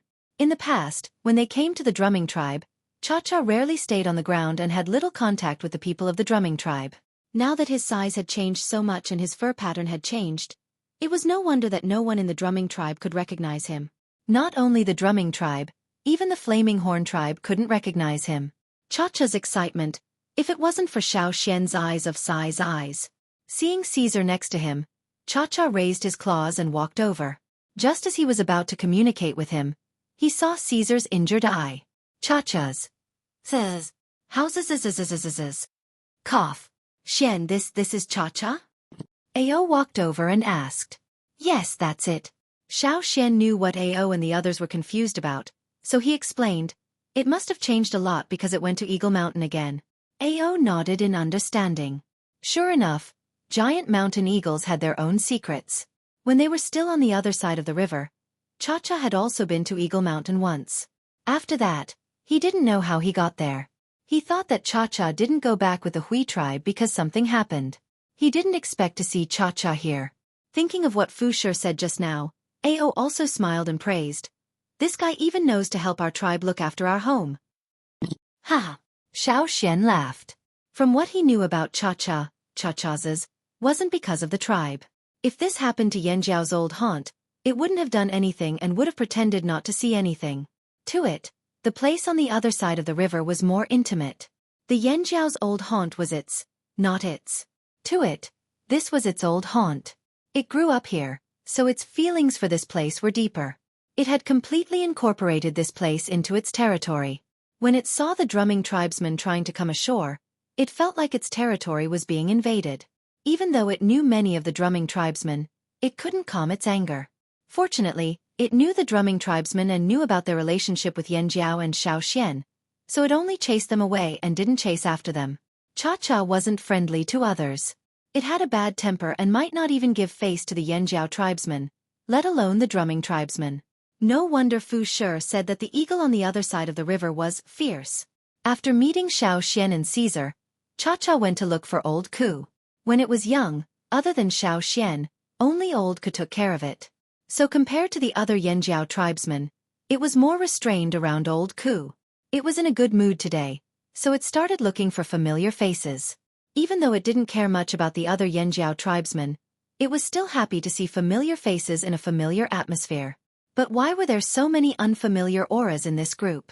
Its eagle eyes scanned the group and found that it didn't recognize half of the people in the group. Cha-Cha tilted its neck and looked at the 7 green-faced fanged beasts in the cage. It moved its claws. When it came to dangerous things, it always killed them first. Seeing Cha-Cha like this, Xiao Xian knew what it was thinking and quickly stopped it.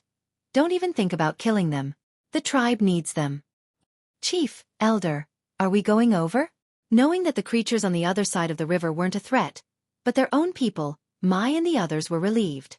No one coveted their place, and no other beasts were there. They were so close, and they wanted to go home. After comforting Cha-Cha, who was throwing a tantrum again, Xiao Xian asked Fu Shi, "Can we swim across the river?" Fu Shi shook his head. "I don't know, we haven't been in the water before. When we went over, we had to rely on treasure fish." "I see." Xiao Xian thought for a moment. "Then we'll fly them over in batches." Now that Cha-Cha was back and his body had grown so much bigger, he could send more people at once. "We can also ask the treasure fish to help you." Knowing that the other side was actually Yan Jiao's territory, Fu Shi was relieved. He was very satisfied to be neighbors with Yan Jiao. So while asking the crocodiles of the drumming tribe to help, Xiao Xian also modified the carriage with rattan ropes for Cha-Cha to lift. There were people standing in the carriage, so it could be lifted over directly. There weren't many people to be transported at once, but they weren't in a hurry. They would first send some people over and then build a boat. There was obviously more wood on the other side of the river than here, and the damage wasn't serious. They could quickly make a simple raft. This made Xiao Xian very happy. It seemed like they could float wood in this river.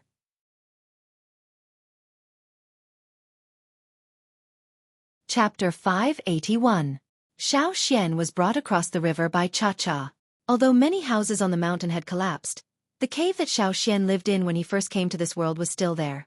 From the outside, it still looked the same as before. When Xiao Xian went in, there were some bird droppings and traces of wild beasts. They probably came in after the tribe left, but when the world changed, they were scared away. Later, with Cha-Cha here, they didn't dare to come back. Without looking much, Xiao Xian and the other warriors who crossed the river first went to cut down trees nearby. Many of the trees on the surrounding mountains had fallen, but many more were still standing. Now they didn't have time to go further into the forest to cut down the thick ancient trees, so they could only use the trees on the nearby hills to deal with the emergency. It didn't take much time to make rafts, so Xiao Xian and the others quickly made some rafts. Xiao Xian calculated the width of the river. Although the river was still slowly rising, the distance between the two sides was only about 200 meters. At first, it sounded very far, but in reality, it wasn't. More than 20 long rafts were tied together to form a floating bridge on the water. They couldn't carry heavy objects, but they could definitely walk. They let the people waiting on the other side of the river line up and cross the river on the pontoon bridge. As for the few fearsome beasts, except for the alligator snapping turtle, the others were brought across by Cha-Cha in batches. Now that Cha-Cha was much bigger than them, he could hold them. The 7 green-faced fanged beasts were brought across the river in cages. They were very repulsed by Cha-Cha, and there was hostility between fearsome beasts. Fortunately, Xiao Xian, the one who enslaved them, suppressed them. Otherwise, they would have rushed out of the cages as soon as they were brought across the river. Simple wooden cages were simply unable to contain these 7 ferocious beasts. Watching the last group of Yanjiao players walk across the pontoon bridge, Xiao Xian turned to look at the wanderers. These wanderers had been following the Yanjiao team since they left the fearsome beast forest. They had not fallen behind. They had placed all their bets on the Yanjiao team. If they won, they would live. If they lost, they would die. Along the way, they had hesitated and felt lost. Some of them had left, and some of them had not been able to avoid the natural disaster. But in the end, nearly 300 people had survived and followed them. Xiao Xian had also discussed with the chief and the shaman on the way. The tribe did not reject the 300 wanderers. Moreover, now was the time of reconstruction, and they needed people. Although the wanderers did not have much strength, they still had some skills. Without skills, the wanderers would not have survived until now. Let's go. Xiao Xian looked at the hundreds of expectant eyes and tilted his head towards the pontoon bridge. The hundreds of anxious eyes suddenly lit up. Several people came over and excitedly thanked Xiao Xian. Then they called their relatives and friends to cross the pontoon bridge. Some crocodiles swam slowly on both sides of the pontoon bridge. Their cold eyes stared at the people on the pontoon bridge. Stepping on the pontoon bridge, some wanderers were still very nervous. But looking at the mountain in front of them, they calmed down a lot. As long as they crossed the bridge, they could start a new life. Although the Yanjiao people seemed to have a bad temper, at least they could tolerate them. They had just heard a few Yanjiao people talking about how much farmland they could cultivate and how many cows and horses they could raise. They could participate in all these. If they could exchange labor for food, they would not starve to death.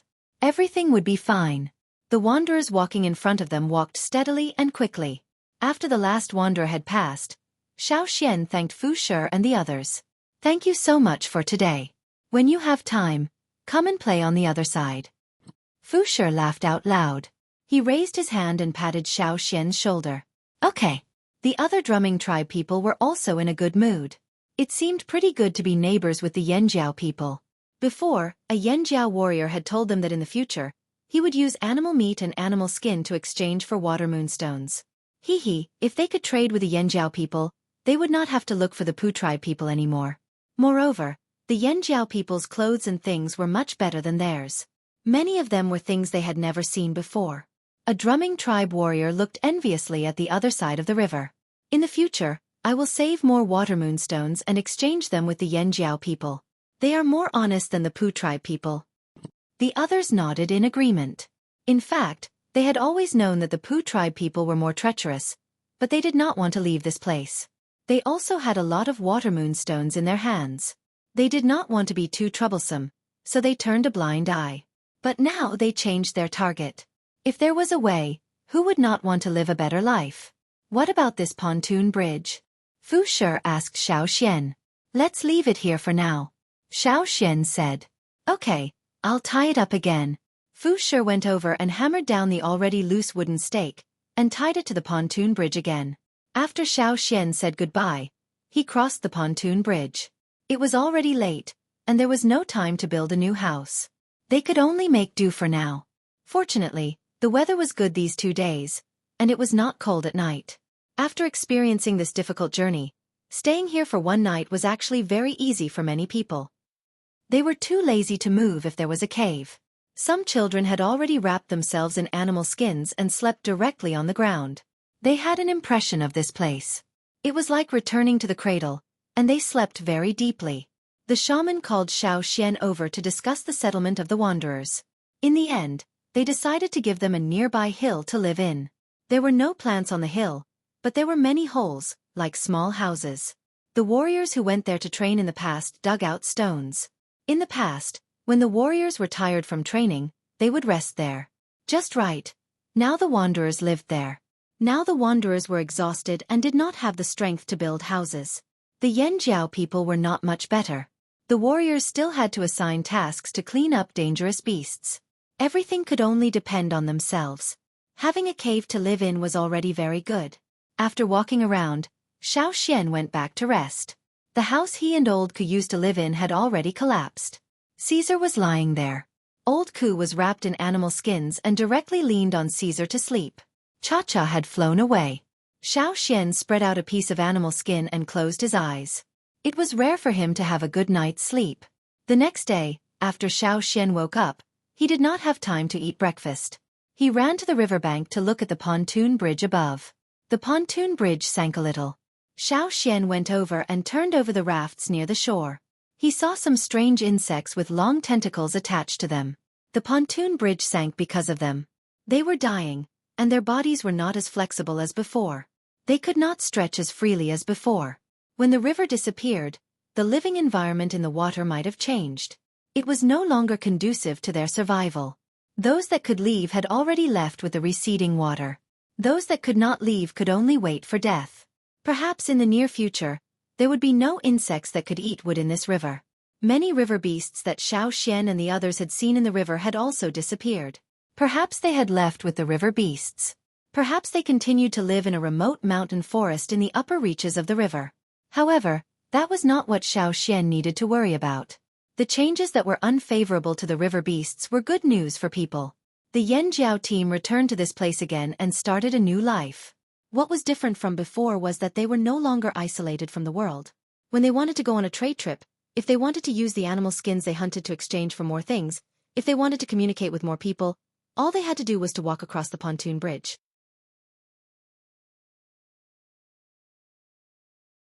Chapter 582. Early in the morning, the entire tribe was filled with the sounds of people yelling and banging. It was very lively. The place that had been quiet for 4 years was bustling again. Pieces of stone and thick wood were being transported to the mountain where the tribe was located. The people in charge of making pottery were also busy. Everything was good here except for the soil. It was not suitable for pottery. However, those who had experience in pottery were able to distinguish where the soil was most suitable for pottery. After being escorted out by the patrolling guards, they found 3 spots. If one didn't have good eyesight, they wouldn't be able to distinguish the difference in soil quality. At least, they hadn't found it when they were here before. They didn't know if it was because of the earthquake not long ago. Although the 3 spots were a little far from the mountain where the tribe was located, the Yanjiao people had plenty of strength. Moving things was a piece of cake. After the soil was transported back, some people, led by Xing, found that the soil was more suitable for making bricks. The bricks they made were very good for building houses. Back then, Xing treated a simple pottery left behind by his ancestors as a treasure. Even now, that pottery was still kept by him. After he went to the old haunt, he came into contact with pottery and mastered the technique of making pottery. He had been addicted to it. Now, he was in charge of all pottery matters in the tribe. After the fire seed merged, Xing and some of the elders in the tribe were much healthier. It was as if they were younger by half. Xueqi could still hear Xing's proud laughter when he was building the house. Xing said that he would start making bricks and pottery immediately. However, they couldn't wait forever. There were so many people in the tribe.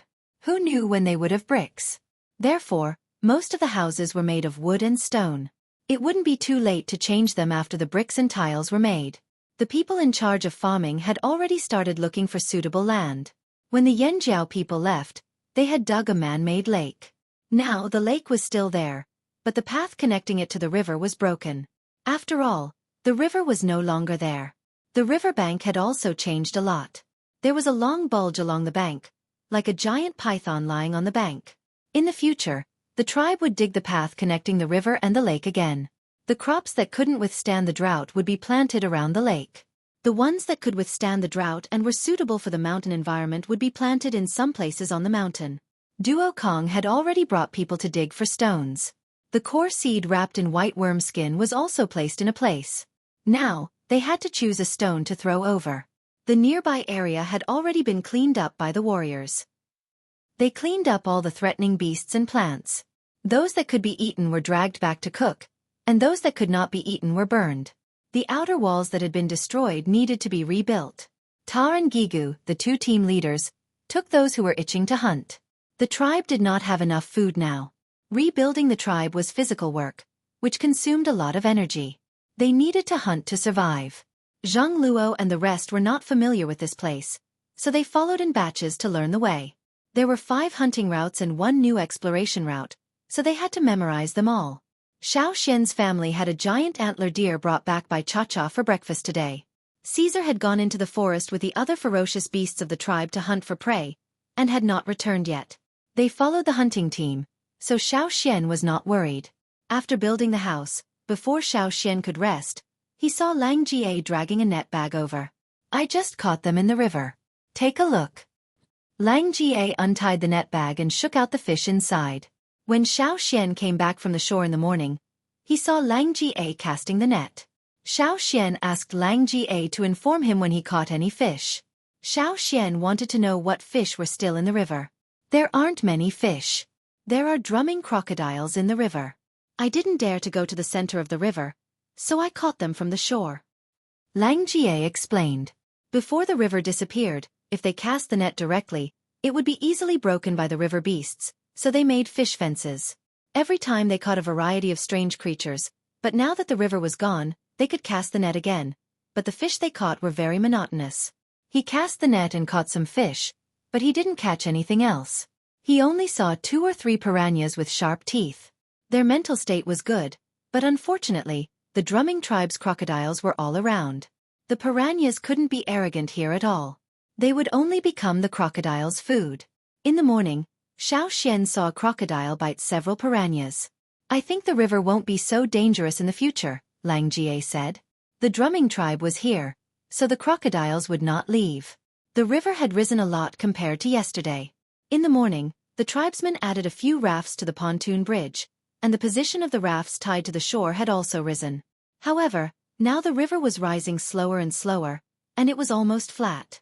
In the future, the river would remain the same, unless there was another great change to change it. By the way, when I was casting the net today, I met people from the drumming tribe who came from the other side to borrow wood. I had a chat with them. Lang Jie told Xiao Xian about what happened in the morning. Because the forest of the drumming tribe was badly damaged, many trees were broken and several mountains had disappeared. The existing trees could not provide enough wood for them to build houses. There were only some small trees, unless they went further away to cut them down. If there was no Yanjiao incident, perhaps they would have used some thin wood instead. But now there was a lot of wood here, and it was thick and strong enough. So the chief of the drumming tribe sent people over to borrow some wood. Most of their water moonstones were lost in the past disaster. Perhaps they were buried deep in the ground and could not be dug out. The small amount they had was traded for food by the traveling team. Now, if they wanted more wood, they could only borrow it. Ao and Zhang Luo both knew about this. It was just wood, so they did not care. They just gave some to the drumming tribe, and the two sides became closer. From time to time, people from the drumming tribe would come over to chat with the Yanjiao people. Lang Jie got the news from the drumming tribe's people who came to carry the wood. "Do you remember the Luo tribe?" Lang Jie asked. Xiao Xian thought for a moment. "Yes, they're a tribe that's good at making fishing nets." The Luo tribe was close to the river and had a mountain. In the past, they often went to the Pu tribe to trade. Xiao Xian had traded fishing nets with them, and also exchanged a few sets of fish skin clothing. The Luo tribe's fishing nets were indeed very sturdy. The fishing nets they made could last longer in the river, and would not be broken by the river beasts that were good at gnawing on vines and wood. What happened to the Luo tribe? Xueqi asked. The Luo tribe is gone. Lang Ga's face was full of sympathy. I don't know if anyone escaped, but most of the people, along with their fire seed, are gone. The Luo tribe did not have the drumming tribe's crocodiles to warn them. They were also close to the river, so when the disaster happened, they could not escape in time and disappeared along with the entire riverbank. The drumming tribe's people also felt sad when they talked about it. After all, a tribe they once knew had disappeared in the great change of the world. It's not just the Luo tribe. I heard from the drumming tribe's traveling team that a few small tribes near the river are also gone. Lang Jie sighed. Someone called him from afar. He answered. Then Lang Jie put away the fishing net and left. Lang Jie ran back not long after he left. Xian, the people on the shore said someone is looking for you. Who is looking for me? Xian thought it was someone from the drumming tribe. He got up and walked over. I heard that person is called Sui. Lang Jie shouted.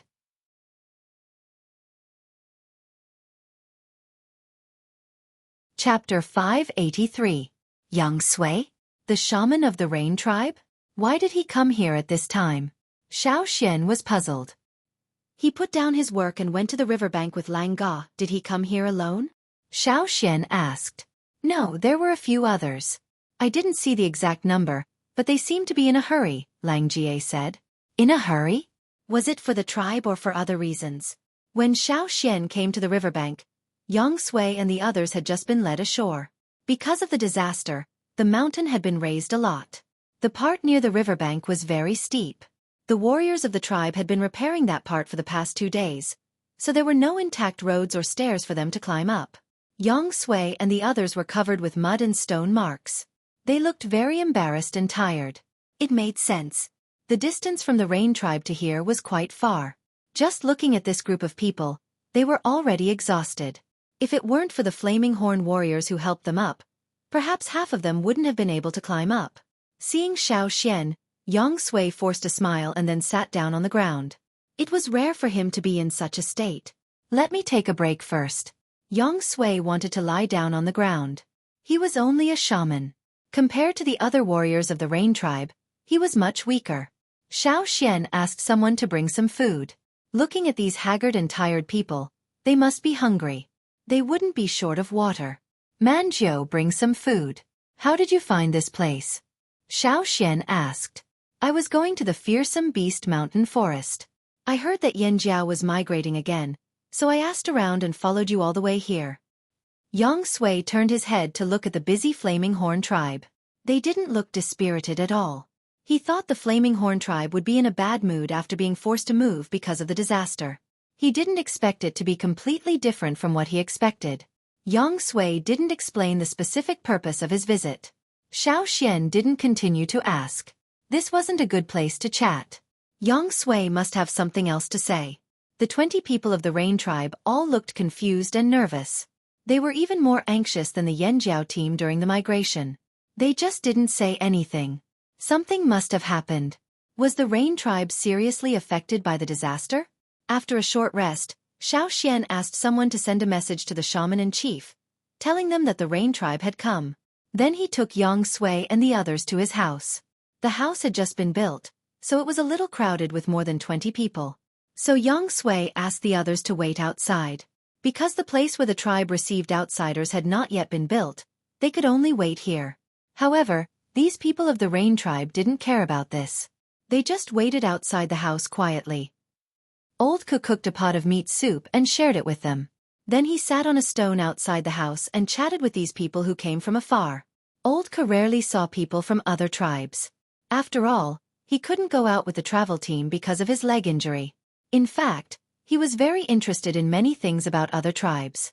When there was no one else in the house, Sui's face suddenly collapsed. He scratched his head and said, I'm afraid we have to migrate this time too. Why? Xian was surprised. Originally, he thought Sui came here because of the disaster or the fire seed. But now it seemed that there was something else. In fact, the disaster in the past didn't have much impact on our tribe. At least we didn't suffer as many casualties as other tribes, Xueqi said. The violent earthquake did cause houses to collapse, and people were directly shaken from the ground. But in comparison, the Rain tribe didn't suffer much. When the earthquake was over, they could quickly resume their original life. As for the hot winter, the Rain tribe was short of water all year round. Now Xueqi could pray for rain. Even if he only succeeded once in 10 times, it was enough for the Rain tribe to survive the disaster. What's more, they still had rain stones. The only thing they lacked the most was food. However, they stored grains and other things all year round, which could support them through that difficult period. Then why did you migrate the tribe? After a pause, Xueqi suddenly asked, the desert. Xueqi smiled bitterly. Who else could it be? Xueqi rubbed his face to make himself more energetic and continued. I used to think that Rock Hill City would be more peaceful after driving away the other slave owners in the desert. But not long after the disaster, some slaves escaped from the desert and stole from our tribe. After we caught them, we interrogated them. Speaking of this, Xueqi's expression was very strange, as if he couldn't believe it, but also as if he was worried about something. Those people were the slaves of the slave owners who were killed by Rock Hill City. They had been escaping in the desert, and some of them had gathered into small groups to survive. But after the disaster, most places in the desert were badly affected. Many people were directly buried in the sand because of the earthquake. This is not what I am most worried about. Taking a deep breath, Xueqi looked at Xueqi. The 2 slaves we caught used to be close to the other side of the desert, close to the sea. However, he told me that the people who gathered on the other side of the sea were basically dead. They died under the waves and earthquake. Many places even disappeared directly. Not only that, when they left, they went to the coast to take a look. They said that there were many more places on the sea, and there seemed to be something on the sea. As he spoke, Xueqi looked at Xueqi. Seeing that Xueqi was silent, Xueqi continued. Part of the desert disappeared, and some strange things appeared on the sea. Since then, Rock Hill City changed their target.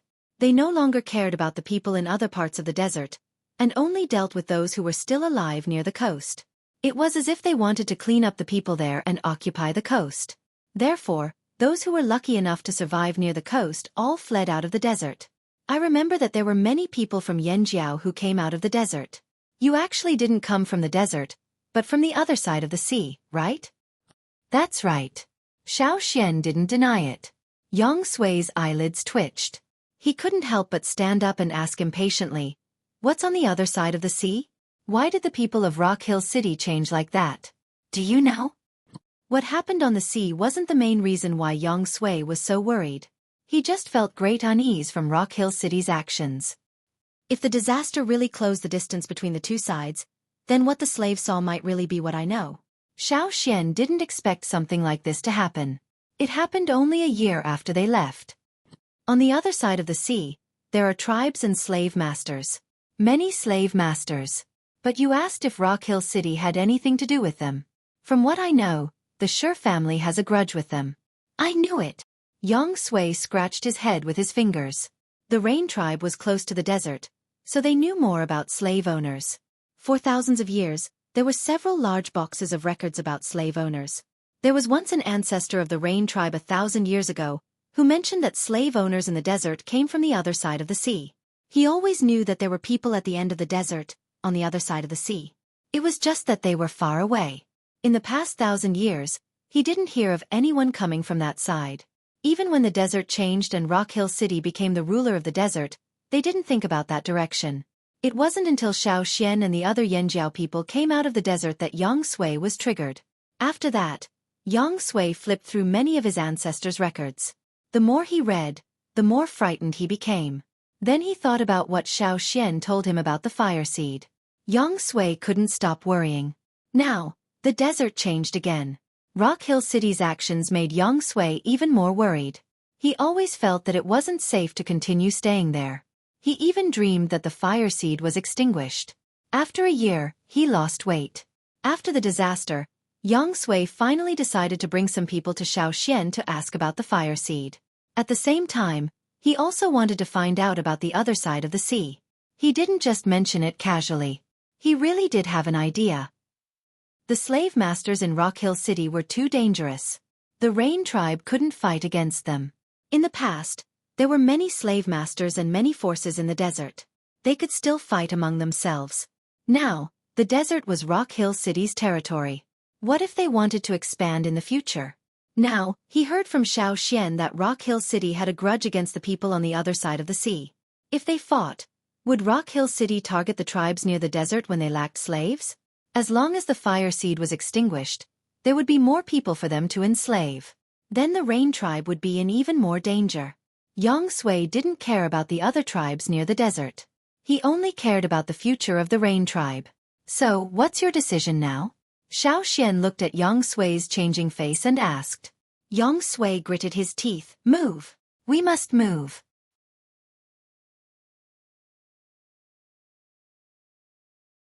Chapter 584.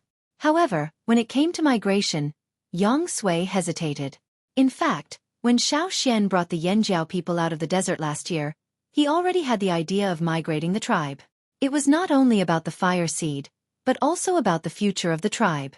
However, migrating the tribe was a big deal for the whole tribe. He dared not make the decision on his own. Even though he had a high status in the Rain tribe, he could not make the decision on his own when it came to migration or the fire seed.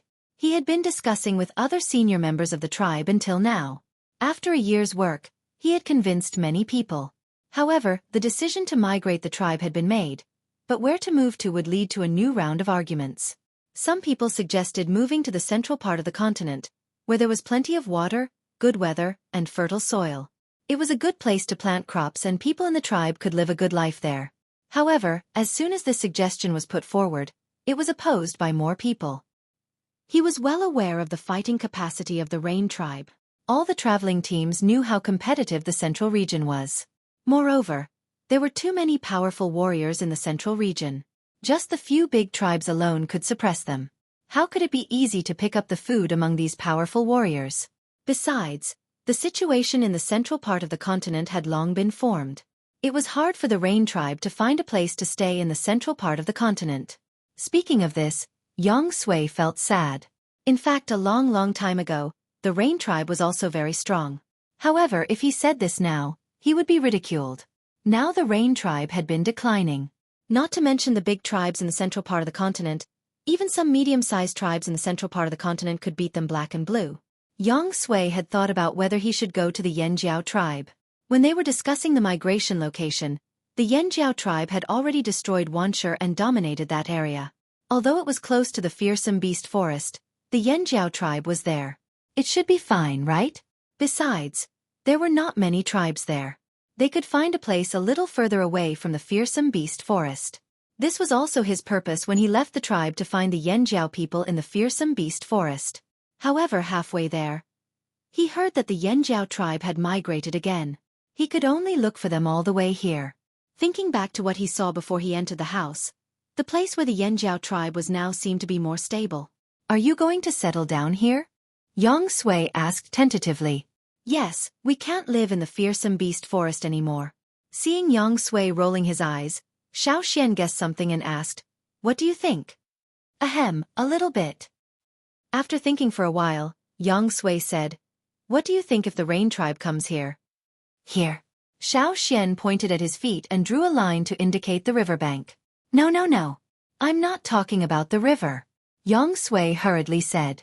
When he came here, he heard from the drumming tribe that the Flaming Horn tribe had a forest behind them. It was a place as dangerous as the fearsome beast forest, maybe even more dangerous. Hearing this, Xueqi's feet trembled. They didn't have much ambition and never thought of fighting for territory with ferocious beasts. Only ferocious tribes like Yanjiao would choose this kind of place. However, knowing the dangers behind the forest also had its benefits. That was, there would be less competition. Not many tribes dared to live here. Even if there was a war in the desert, it would definitely not reach here. I heard that several tribes disappeared over there. Xueqi pointed to the other side of the river, where the drumming tribe lived. What do you mean? Xueqi understood. Xueqi wanted to find a place to live near the drumming tribe. In the past disaster, several small tribes near the river were destroyed. The Rain tribe wanted to take advantage of this opportunity to occupy a place. Ha! Xueqi rubbed his hands. That was what he meant. Although the drumming tribe looked fierce, He could tell that the drumming tribe didn't have much ambition. They were easy to get along with after getting to know their tempers. They could even rely on the Flaming Horn's support. Don't think he didn't know anything. The Flaming Horn tribe had a lot of things in their hands. They weren't interested in a small tribe like theirs. Plus, the Flaming Horn fire seed was gone.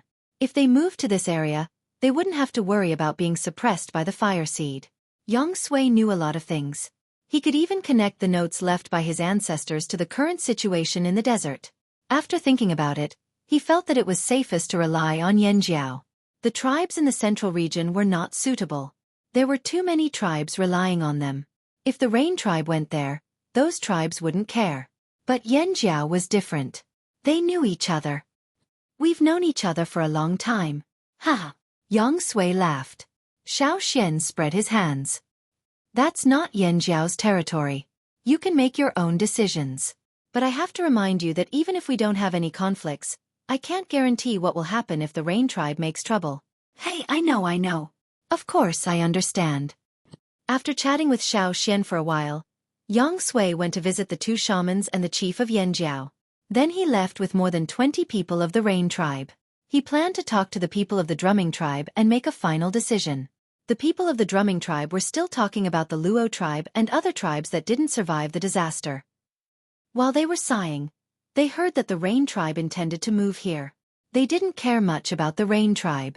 As long as they weren't greedy and cruel people, the people of the Drumming tribe didn't care. Knowing that the water moonstones came from the Drumming tribe, the Rain tribe's people's eyes lit up.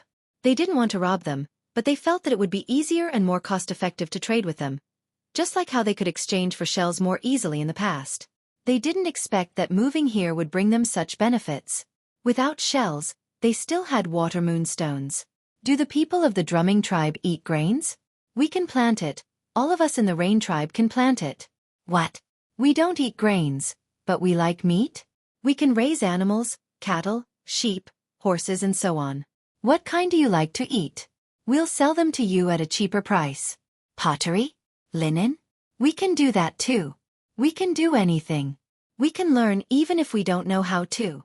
So when Xiao was discussing with the shamans and chiefs, he heard from the warriors who came back from the riverbank that the people of the Drumming tribe and the Rain tribe had become good friends. It seems that the Rain tribe is likely to move here. Xiao said. The shaman thought of something and smiled. In fact, the Rain tribe has a long history. They may not be worse than the big tribes in the central region today. But I don't know how they became like this. They know far more things than we know. It's just that the Rain tribe's living place limited them. The people of the Rain tribe said that they could farm, raise animals and make pottery. They weren't bragging. The ancestors of the Rain tribe did master a lot of skills. But later, the people of the Rain tribe gradually gave up those skills because they could get a lot of good things without those skills.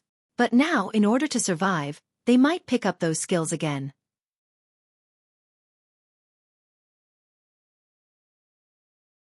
Chapter 585. After destruction came new life. There used to be no river here, but 1,000 years ago, the earth and sky changed. The earth suddenly split open and separated the Flaming Horn ancestors from the other side of the river, forming a huge river that blocked their way back. Now the earth changed again. The big river turned into a small river, and the split land closed. On both sides of the river, one side fell down, and the other rose up. The Flaming Horn tribe's side was uprooted. The mountain they used to live on was now much higher. When they looked up, they could see the white peak of the mountain surrounded by water vapor. There was a layer of white snow there. The place where the fire pond used to be was now buried under the white snow. The one that fell down was the Drumming tribe's side of the river. Otherwise, there wouldn't be so many tribes near the river that were destroyed. No matter how strong the fire seed was, it could keep burning underground. But without people, the fire seed was like a fire source that had burned to the end but had no more firewood. It would disappear quickly and then be destroyed in the depths of the earth. When Xueqi went to survey the nearby terrain to determine the destination, he felt that the fire seed nearby had been extinguished. The fire seed was not strong, so it was extinguished quickly. The people of the Luo tribe were all buried deep in the earth. If the Rain tribe moved here, there would be no conflict between the fire seeds. In the past, tribes like the Luo tribe liked to be close to the river. But the Rain tribe was different. They planned to plant crops, so they would find a place with more flat land, a little farther from the river. Plus, with the Luo tribe's example, they didn't have the courage to be so close to the river. However, the Rain tribe could divide more land into their own territory. After all, they still needed water to irrigate their crops. After confirming the location, Xueqi sent 2 bags of shells to the people of the Drumming tribe, asking them to help guard the land and prevent other tribes from robbing it. The people of the Drumming tribe had a good impression of the Rain tribe. To some extent, they all liked water and got along well with each other. The people of the Rain tribe worshipped water. Their belief in rain was far beyond the imagination of the Yanjiao people. Otherwise, Xueqi, who could pray for rain, wouldn't have such a high status in the Rain tribe. After confirming the location, Xueqi hurriedly left with his people.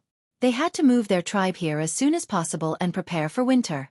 Although there was still a long time before winter, the migration would still take some time. Since there were more things to prepare, they had to hurry. The migration of the Rain tribe was much more troublesome than the migration of the Yanjiao tribe.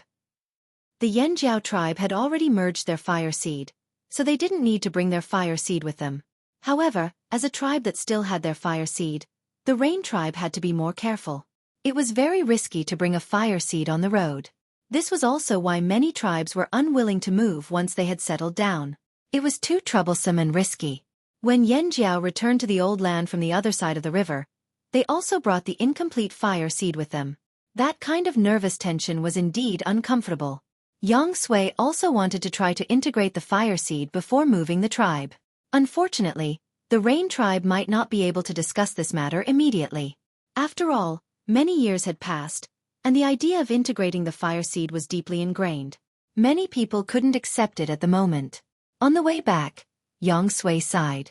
There was no other way. They had to solve the migration problem first, then deal with the people in the tribe later.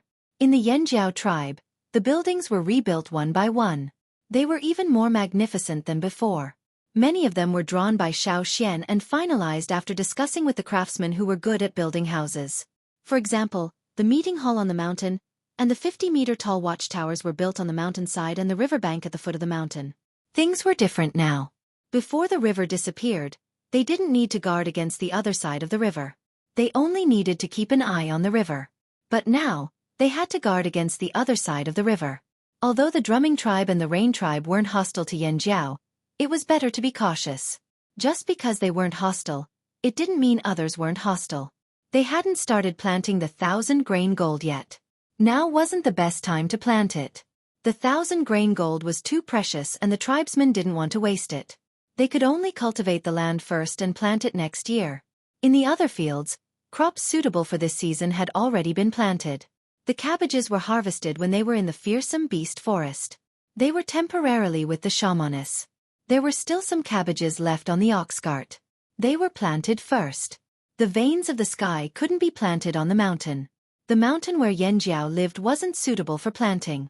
So they planted them in another area, guarded by soldiers every day. The normal farmland and the special farmland were separated. The normal farmland was more common on the mainland. There were also wanderers working there. The special farmland was mostly planted with seeds from the Jeju. The veins of the sky were also planted in the special farmland. In the future, the 1,000-grain gold would be planted there too. The special farmland was taken care of by Xueqi, the shamans, and the chief.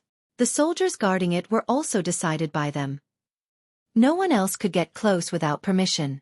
Life in the Yanjiao tribe was back on track. After the hunting team was formed, they began to hunt regularly. After 4 years, many Yanjiao people were very excited to return to this place again.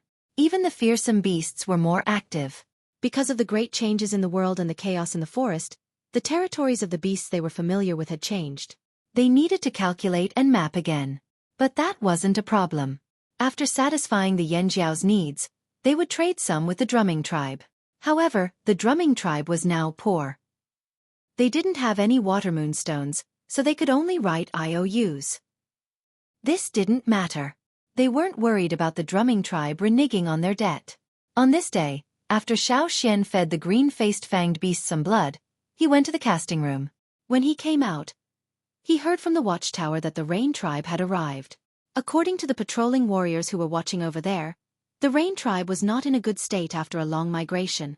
There were many injured people in the tribe, and even those who were not injured were dispirited, looking haggard and haggard.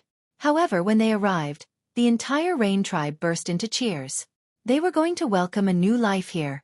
After taking this step, there was no turning back. Instead of reminiscing about the past, it was better to fight for the future. Not long after Xueqi received the news, Xueqi brought people over to borrow food. They hadn't seen each other for a while. Xueqi looked darker and thinner. When he came over, he was carried on someone's back. This migration was really not easy. As a shaman, he had to protect the fire seed and build a fire pit when they arrived at the destination. The journey was difficult. They used to be rich, but now they had no money in their pockets. It was difficult to even take out a piece of shell.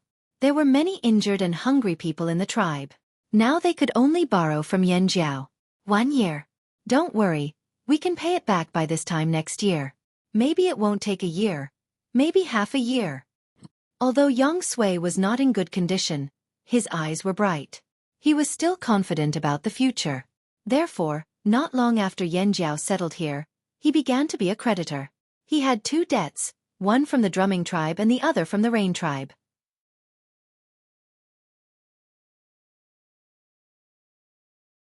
Chapter 586. After eating, Xueqi ordered his men to bring the food he borrowed from Yanjiao back to the tribe. He would stay in Yanjiao for the time being. After a few pieces of meat and a bowl of soup, the half-dead Xueqi was full of energy again. Knowing what Xueqi cared about, Xueqi didn't keep him in suspense. When we left, the situation in the desert was getting worse. Xueqi paused slightly when he said there. After all, to him, there was the place where the Rain tribe had lived for thousands of years. This was also the reason why many people objected when Xueqi first proposed to move the tribe. Tribesmen cared a lot about their roots. To them, that place was their homeland, their roots, the place where their ancestors lived. Even if it was barren and desolate, bordered by the desert, they were still willing to stay there. If it weren't for the great changes in the world and the threat of the slave masters, even if Xueqi proposed to move the tribe, there would still be strong opposition. As for the bad situation Xueqi mentioned, that was only for the wandering slaves and slave masters, as well as the tribes living in the surrounding area. It wasn't the same for the people of Rock Hill City.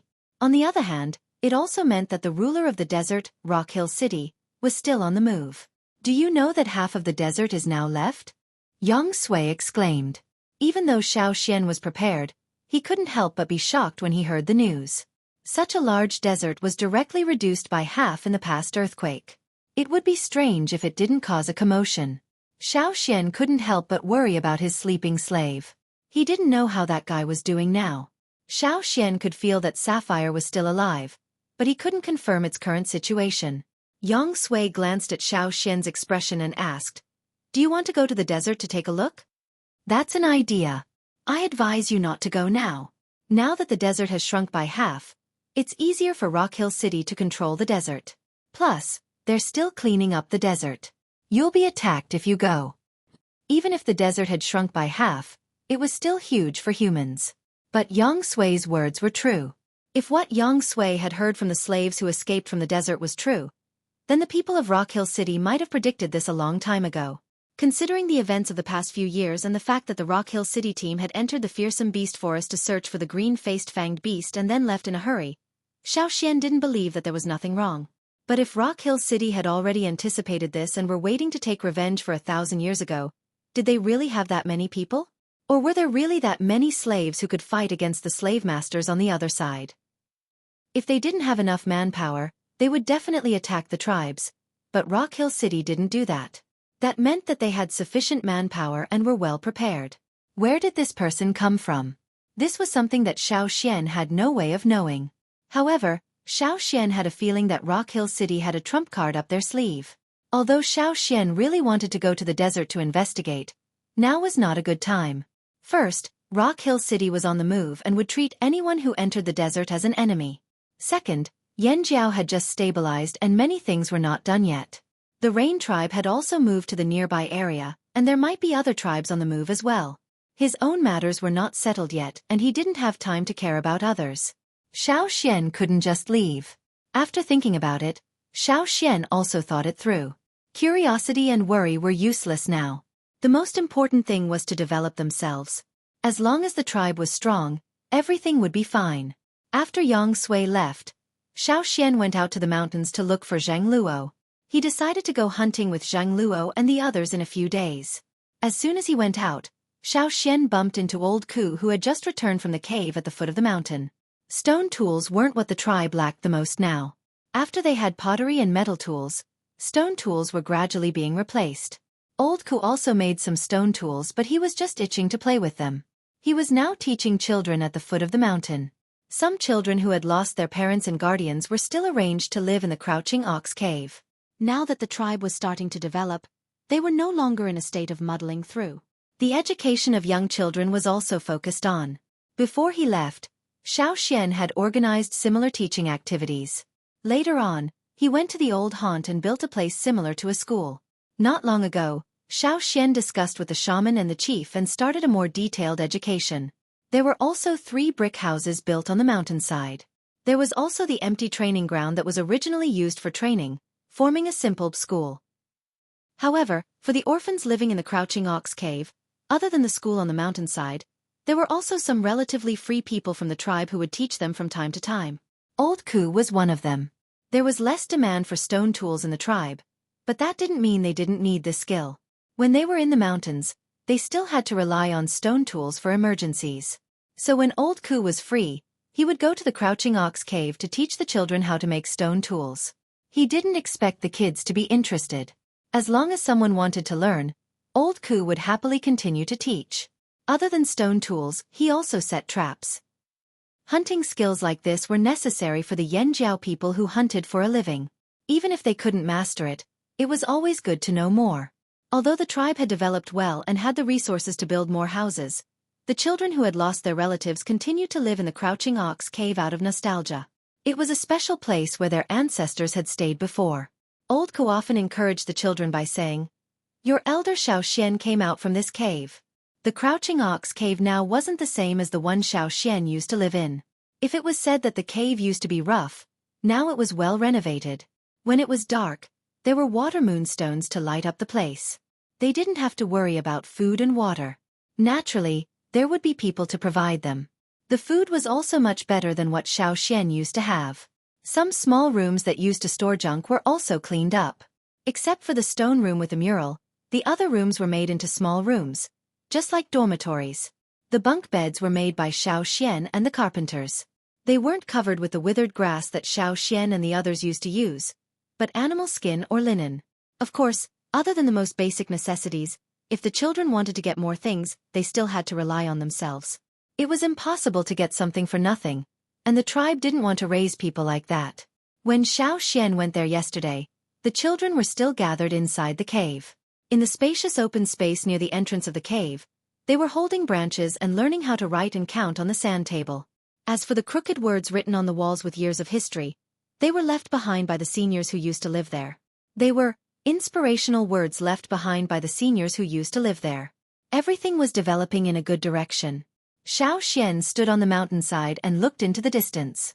When he stood here before, he could only see the small houses scattered at the foot of the mountain and the vast river in the distance. Now, the scenery was different.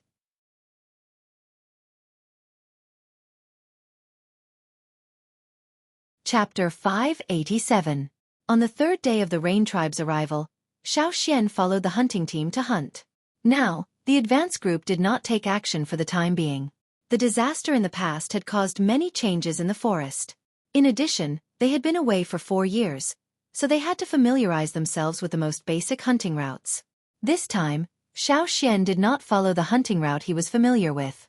Instead, he followed the person who opened up the 6th hunting route. Compared to the other 5 hunting routes, the 6th one took the shortest time to open up, and the route was also the shortest. When this hunting route was opened, Xiao Xian had left the tribe to go to the other side of the river. Before this hunting route was fully opened up, the tribe had already moved. A satisfactory hunting route was not something that could be opened up overnight. Even 1 or 2 years would not be enough. Now, Xiao Xian and the other warriors of the tribe continued to open up this hunting route. Now that there were more people in the tribe, even if they split into 2 groups, there were more people on each hunting route than before. Duo Kong and the others who came from the other side of the river were full of curiosity about this place. This place was even stranger than some places in the fearsome beast forest. Whoosh! The sound of an arrow piercing through the air was heard. There was a muffled sound of flesh being pierced, and the sound of blood splashing at high speed on the leaves. Roar! The angry roar of the beast made the surrounding leaves tremble. However, if one was familiar with the beasts in the forest, they would be able to tell that this roar was strong on the outside but weak on the inside. It sounded angry, but if one listened carefully, they would be able to tell that it was timid. The huge figure that was running forward could not be seen among the even larger towering ancient trees, but its position could be determined by the movements of the branches. The prey was running in a panic, and the branches were constantly breaking and making cracking sounds as it ran. More than 10 figures followed the giant beast closely, shuttling between the trees nimbly and quickly. Whoosh whoosh whoosh. Several more spears were thrown out like cannonballs, heading straight for the target. Although the fleeing figure in front of it was large, its speed was not slow. Even though it was panicking now, it was still familiar with this place after all. It instinctively ran towards a place full of bushes in front of it. Those shrubs were as tall as a person, and their branches were dense but very thin. Every thin branch had many thin thorns. If one stood at a high place and looked at it from afar, it looked like a large brush stuck to the ground, and could directly scrape off a person's flesh bit by bit. However, the thorny shrubs were nothing to the behemoths, who had a layer of tough skin and sturdy hooves. They could still run away by stepping on them. However, this was not the case for humans. If it ran to that area, it would be a real headache for the hunting team. The people chasing after it avoided the broken branches. No matter how strong they were, they would not be able to withstand the blow from the giant beast. Seeing that the giant beast was getting closer and closer to the bush area, the hunters threw spears and shot arrows one after another. The giant beast was already injured in many places, and when it ran, it carried a bloody wind. Spears stabbed into the giant beast's body, and were carried along as it ran. Just as the giant beast was about to step into the bush area, a few figures suddenly jumped up from both sides. Under the support of the totem power, the tyrannical strength became more and more unyielding. The person who leaped up held his weapon tightly and waved his arm to chop down. The strong wind that was stirred up made a whoosh sound. The nearby branches seemed to be pushed by a fierce wind and were blown to the other side. Puff, puff, puff. The sharp blade cut through the thick tough hide, and when it left, the tip of the blade flew out with a line of blood. The giant beast let out an unwilling howl, and finally fell to the ground with a thud due to its heavy injuries. The people who came next gave it another stab, and when the giant beast was completely dead, they approached it. Xiao took out the water bottle hanging on his waist with the hand that was not holding the sword. There was only a little water left in the bottle. He stabbed the sword into the ground, and picked a leaf that was about 4 palms size. He washed it with the remaining water in the bottle, and then rolled the leaf into a funnel, and put it on the bleeding spot on the giant beast's neck. The bright and thick blood flowed along the rolled leaf into the bottle. The blood of a fearsome beast could be preserved for a longer time than the blood of other beasts. If some grass juice was added to prevent the blood from coagulating, it could be preserved for a longer time. When hunting in the forest, if it was not convenient to roast meat, they would use the blood of fearsome beasts to temporarily replenish their strength. After drinking a mouthful of beast blood, the smell of blood filled his nose. If it was someone who did not like the smell of blood, they would probably vomit, but Xiao was already used to the smell. Different fearsome beasts had different tastes. Xiao could now not only tolerate the smell of beast blood, but he could also laugh and talk with the other warriors about which type of beast blood tasted better, just like a group of wine lovers talking about which type of wine suited their taste. Wiping the blood from his mouth, Xiao looked at the sky. Now that the sun was already setting, they had to deal with this prey as soon as possible and bring it back to the stronghold. The people who were chasing them had already caught up. Seeing that Xiao and the others had already killed the fearsome beast, they did not say much. While there was still blood, they quickly took out their bottles to collect the beast blood. After carrying the beast back to the stronghold, Xiao took out a roll of animal skin, summarized what he had seen in the past 2 days, and recorded it on the roll. This was a simple map and it was the 6th hunting route. Now, every time they opened up a new section, there would be an additional section on the map. In addition to hunting fearsome beasts, Xiao had another purpose. In the cave of the stronghold, other than the warriors who were resting, there were also bursts of whistling sounds. It sounded like the wind was blowing, and from time to time, there was also the sound of metal clashing. Xiao Xian brought out a green-faced fanged beast, the one with broken fangs. The tribe did not have much food and grain for them, but they needed the green-faced fanged beast to grow normally. Xiao Xian wanted to bring one out during the hunt and let it find food on its own. After being enslaved, the green-faced fanged beasts were not absolutely obedient, but at least they were obedient most of the time. Just in case, they still had to be bound. Vine ropes could not bind them tightly, so Xiao Xian specially made a bronze chain. The green-faced fanged beasts could easily break the bones of many beasts, and even stone, but it could not break the new bronze chain made with their own blood. After tying them with a chain, if Xiao Xian had free time during the hunt, and if he was sure that there were no dangerous fearsome beasts nearby, he would lead them out and let them find food on their own. Fortunately, Xiao Xian could keep up with the green-faced fanged beast's speed. Otherwise, if it was someone else, they would not be able to handle it. If that happened, it would not be a human leading the beast, but a beast leading a human. It had been 8 days since they entered the forest. Xiao Xian really did find a few types of food that the green-faced fanged beasts could barely eat. He recorded them one by one and brought some back. If the forest could provide food for the green-faced fanged beasts, they would not have to continue eating the cabbage in the field. In the future, they could just let the hunters bring it back. Xiao Xian, do you think the weather will be hot or cold this winter? Duo Kong asked. I don't know. We should be able to tell in a few days. Xiao Xian looked out of the cave. Time passed really quickly. In the blink of an eye, half a year had passed. Although he did not know if this winter would be as strange as the previous 2 years, Xiao Xian was not worried. Even if there were any abnormalities, it would not be a big deal. As they were talking, the person in charge of guarding outside came over. Boss, Elder, come out and see. There are so many birds in the sky.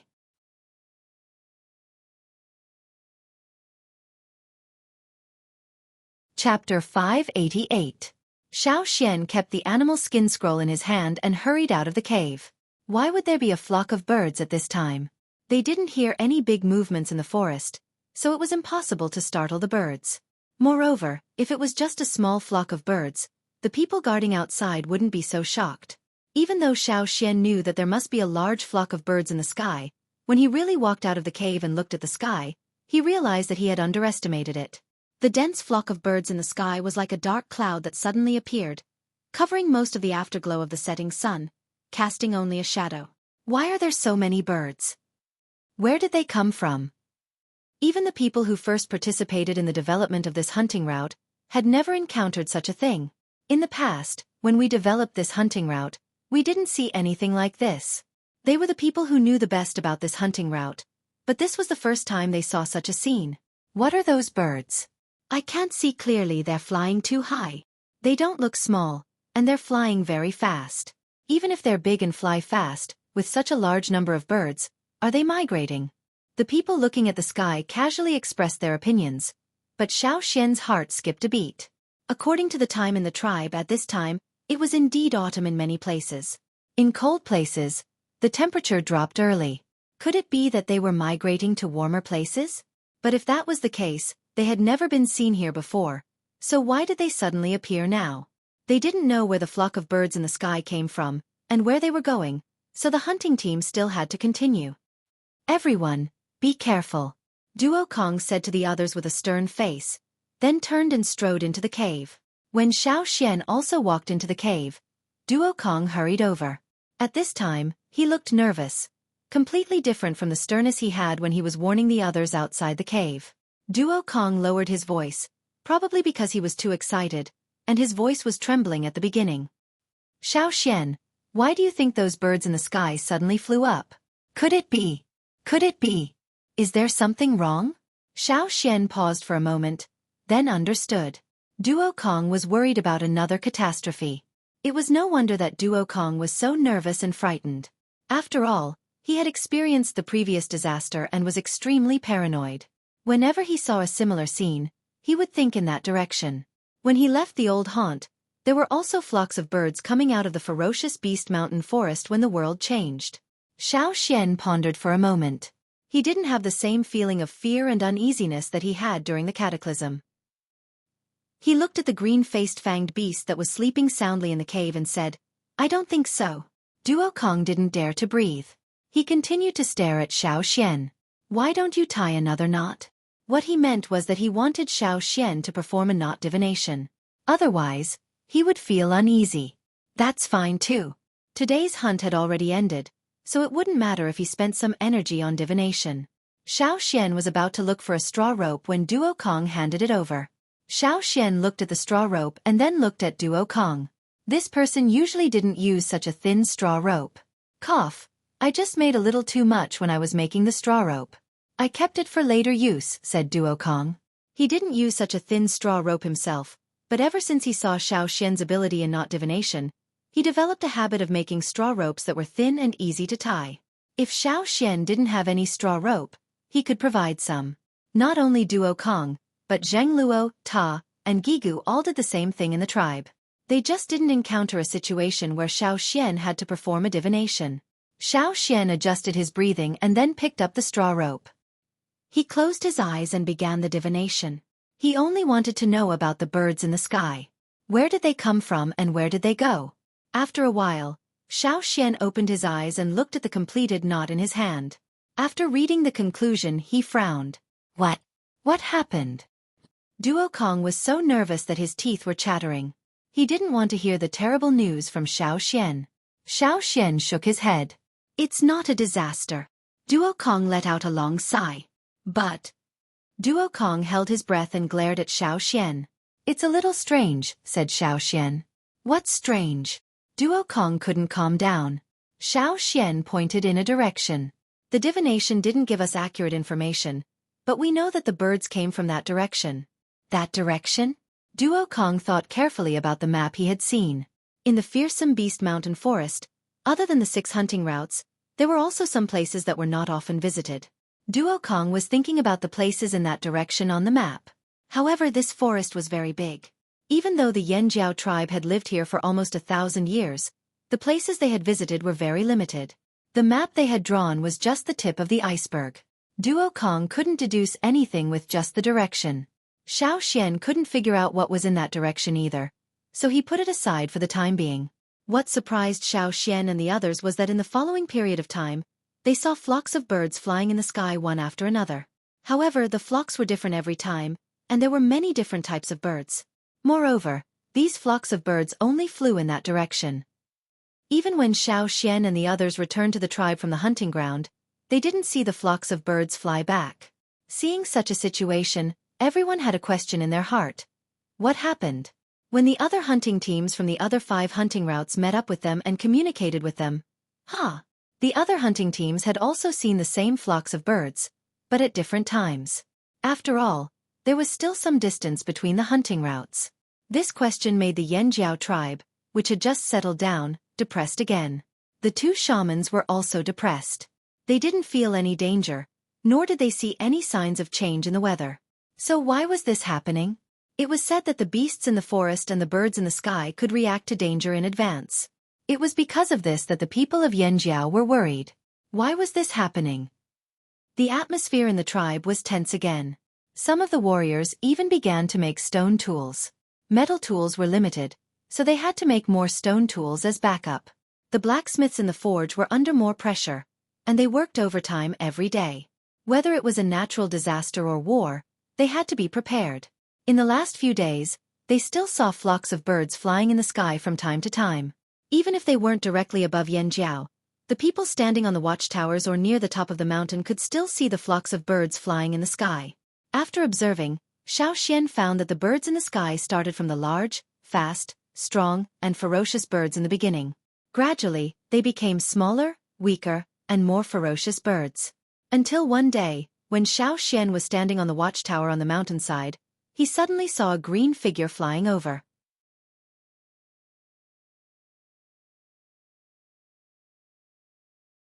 Chapter 589.